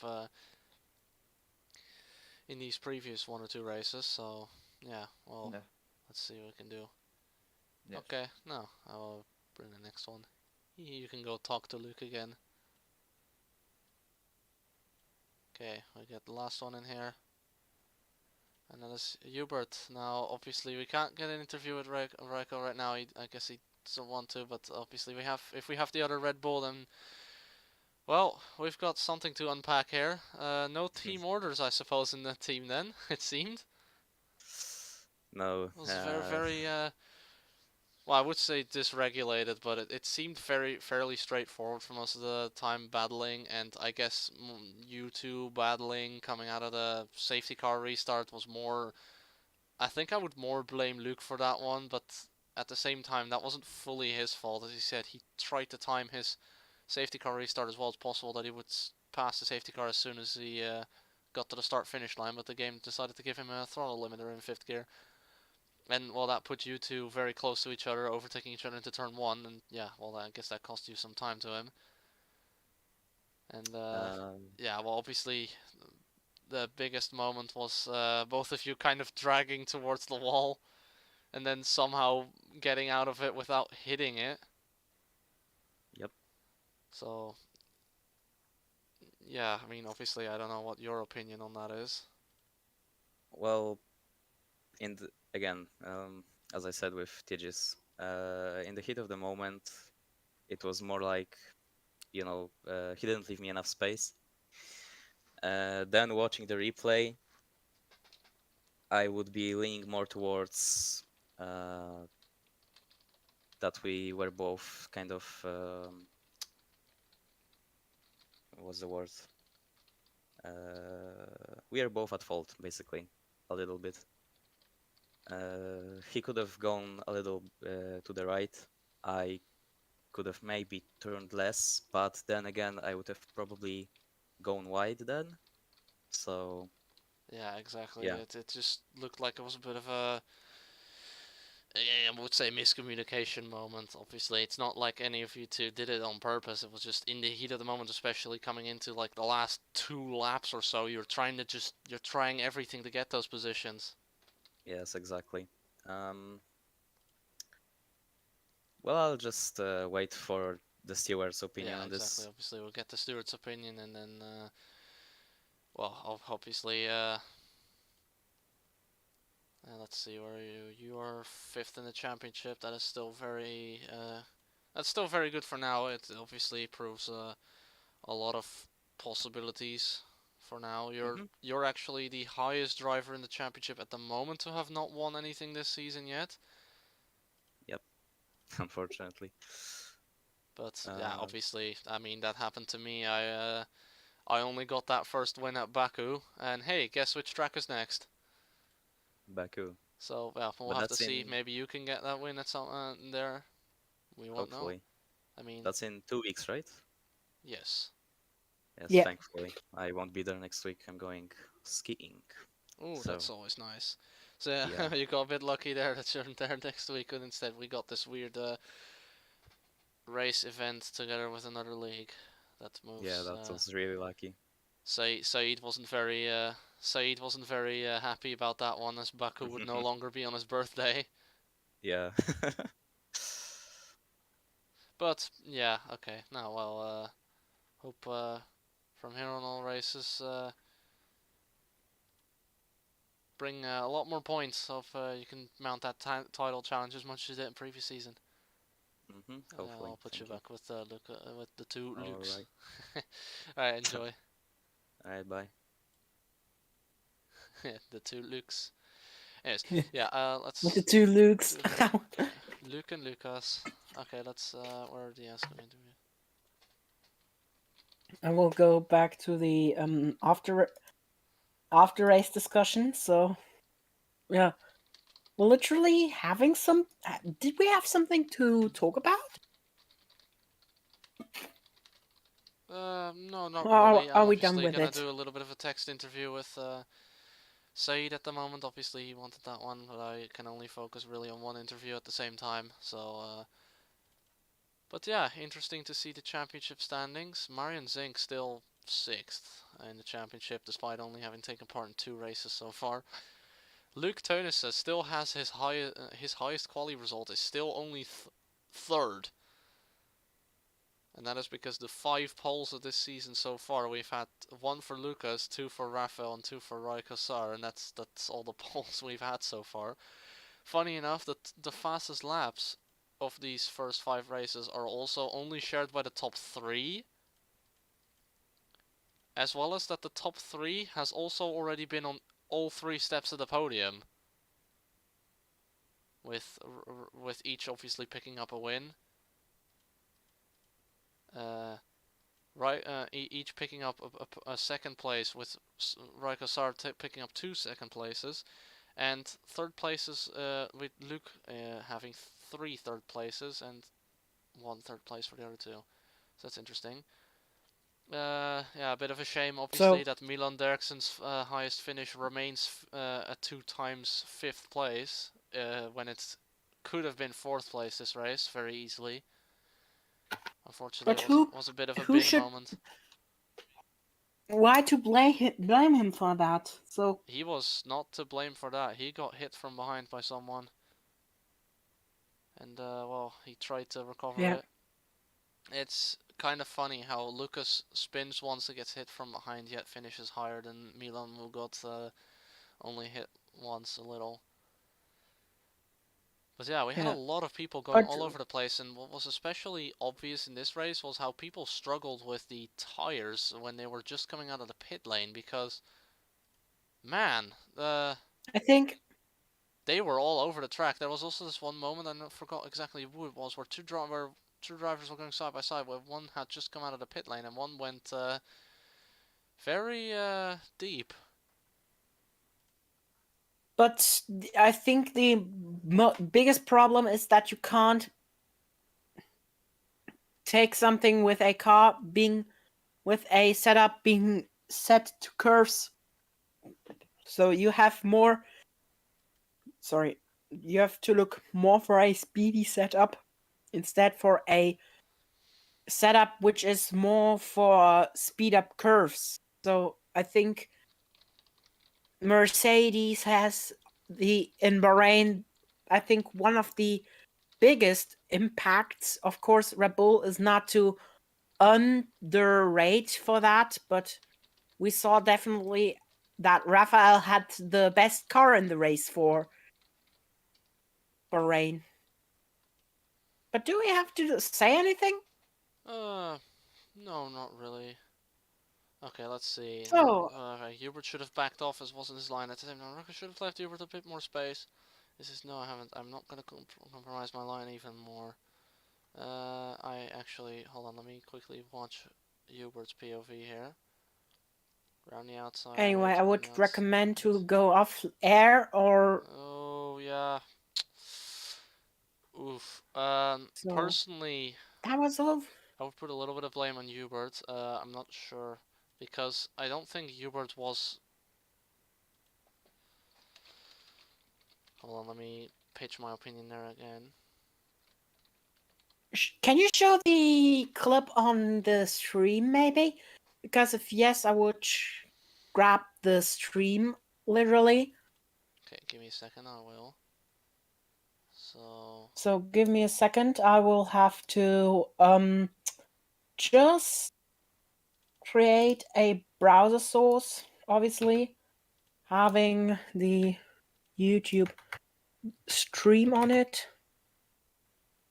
I will definitely turn off the audio from that clip because yeah, where is we it? not need that because it would sound echoey.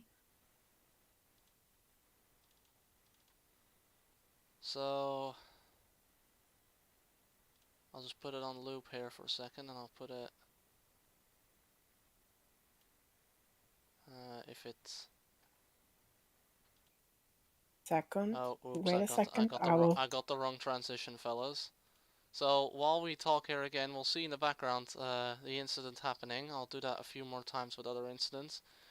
Well, yeah. So I switch in. You can see as soon as they make contact, it's basically if this contact would have happened in real life, Raiko's Sar would have definitely had a puncture because that was some real pushing into his front wing. I mean, yeah, this kind of stuff happens could you- sometimes, but in my opinion, Hubert was not far enough alongside. I think you can turn off your thing there when you be so kind.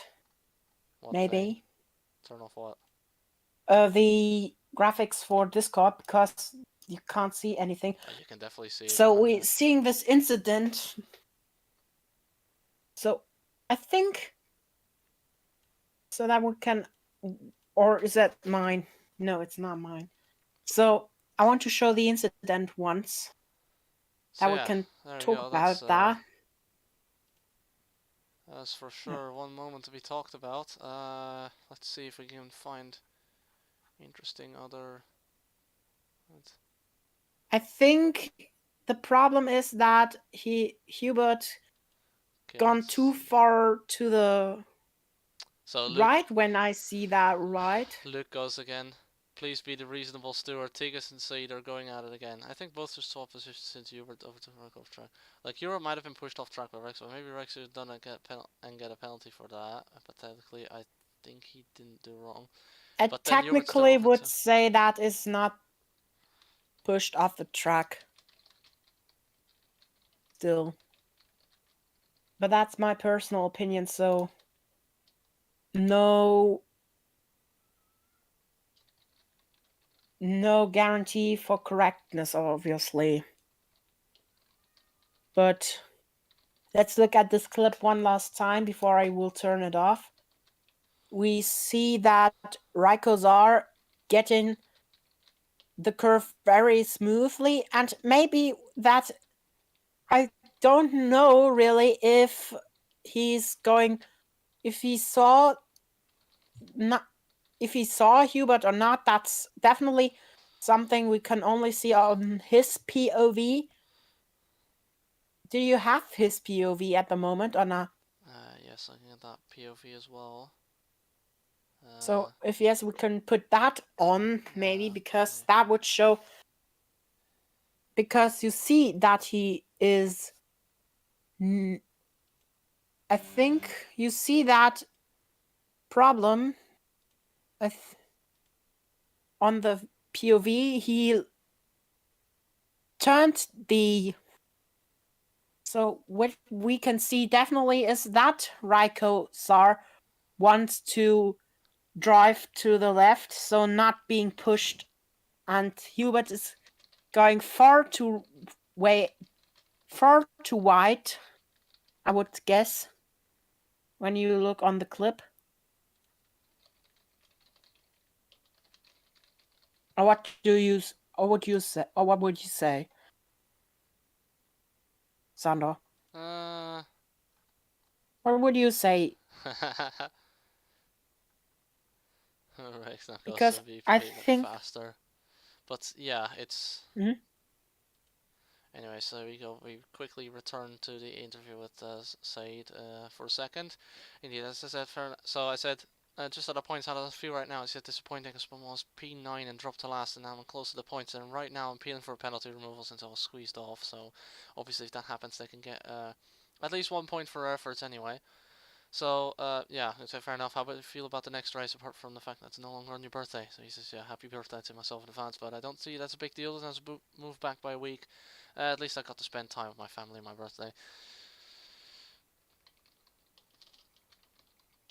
So I guess that on this incident we can say that is definitely not a huge deal, because I guess it is kind of Raiko going far too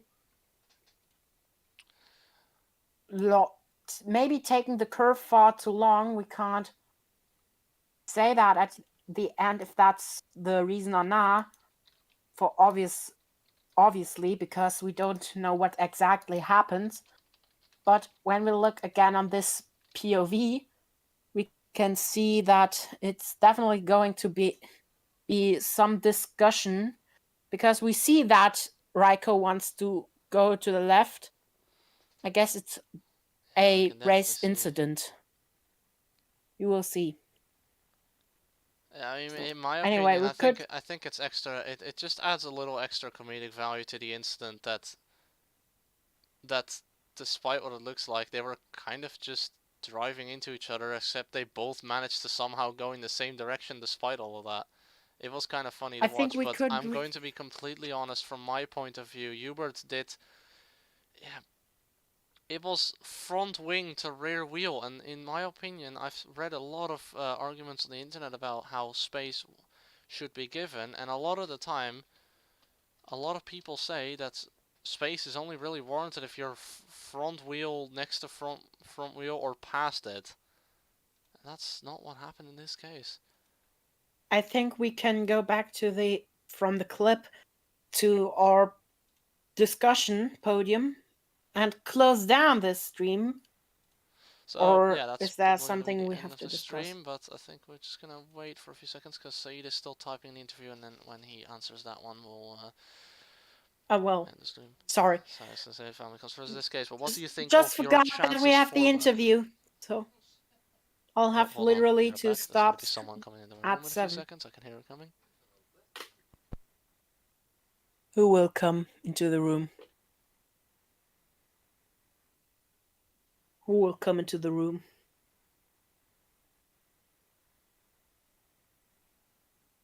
So, yeah. Sorry. I just forgot. So, we're on with the after race talk or post race discussion, however you want to call that, and waiting for the interview with Said Al-Falazi to be done before going off air. Yeah. And what's remaining to say for the next race in Baku in 2 weeks? So I guess for me, until Szandor's back, I can only say my personal opinion. I think it would be very interesting how Red Bull will turn out to be, if this incident will be resolved in a problem or not. And secondly, what's happening now to... Yeah. So, yeah, Baku, if there is an incident. Baku and in last Baku, season, well, obviously, It was my first win there last season, and it's a lot of chaos. We didn't really have a lot of people driving there last season, but I think not a lot of the drivers finished the race. I think it was only like 5 finishes or some stuff. Anyways, It would be interesting to see. let's see what Said says here. I need to drive smoothly, but in my other league I crashed because my setup was incorrect, and now that I revert my setup, I'm good to go as long as I keep it out of walls, and people will crash too, so I expect myself to do good. Now, let me actually hit him with a little extra note that I want to ask him about. Obviously, his race last year was ended by another driver basically sending him straight to Narnia. So, is that for the interview? Because remember, I have to go offline very soon. Well, at least we have just filled half an hour of after race talk. That's interesting, pretty much, because there's many things to discuss, many things that will be discussed and obviously investigated from this to day now. We only know that we have the information. So, yeah. I don't know if the actual stats are in. So we know that there will be some time penalties. For example, for Burak, who got fined with a 6-second penalty in general, 3 seconds by game, and 3 seconds by I think the game again, but I'm not yeah. really sure. Okay, let's see here. So, And Frosterson fully live and Nick results Frosterson being seen here also that I'm checking. penalized. Stewart issued penalty removal, -3 for Joep van Leeuwen. So, unfortunately, Said's chances of getting P10 are even lower. He'd need to have 2 3-second penalties removed for that. Funny enough, if Said gets 6 seconds removed in total from his time, for whatever reason, or even 5 seconds, he would actually jump up to 9th and not 10th. Yeah, but So, on this point, I would literally end the stream. I don't know if you think about that. Interesting. Yeah. Okay. So I'm checking here. Yes, Joep van Leeuwen is actually 9th, not 10th, after that 3-second time penalty removal. So yeah, that's a little position change. For the rest, it doesn't seem like the positions are going to change. We don't know when because there are already investigations on the way, I guess, but that's something we can discuss maybe next week in a little stream special or in the next league race at Baku, which is not on upcoming Sunday. For your information, we already talked about that. The next race is not at upcoming Sunday, which is the 12th. It's that is indeed something we need to inform you of. There's been a little bit of a calendar change. Obviously, most of you might have already seen that. Baku and all races past have been moved back 1 week, because next week we will be holding a little special event together with with another racing league, a little versus race. I might even be participating myself. I mean, will be funny that way anyway. Just depends. Maybe I will do commentary. We're gonna probably send some people there. We'll have to see myself. Further, either we will do commentary or we will be not live to. That's I don't know. all. There appears to be a 2-week gap between Mexico and Brazil as well. I am not fully sure what that 2-week gap was for, but I think that was. I think it's because of the race final. Could be. Oh yeah, all races from round 12, so all races from Zandvoort and onwards have also been moved 1 week back to make way for another special race, and round 16 has been moved back at Brazil to line up with the 1-year anniversary of the league, which, yeah, that is correct, because it was the 14th of May or somewhere around that we had our first Lom Cup race at Silverstone. That race where So I at the finished moment, that race where I qualified 14th, then went up to 5th, then dropped down to like outside of the top 10, and then managed to get back up to 6th or something. It was a chaotic first So- race, but I never figured I would actually end up being here having won the championship after all. But yeah, that's cool, I guess. But yeah, that's what I gonna can be it do for this literally, stream. wait a second. I can obviously do in the graphics in, because it's a link from Discord I can put in, obviously, so that will be the race calendar for upcoming season, for the upcoming races. Here on my stream, I will bring them in very Alright, anyways, let's we'll do fast. that right now. So afterwards we will end the stream, Thank obviously. you, ladies So and gentlemen. I'm going to end the stream here.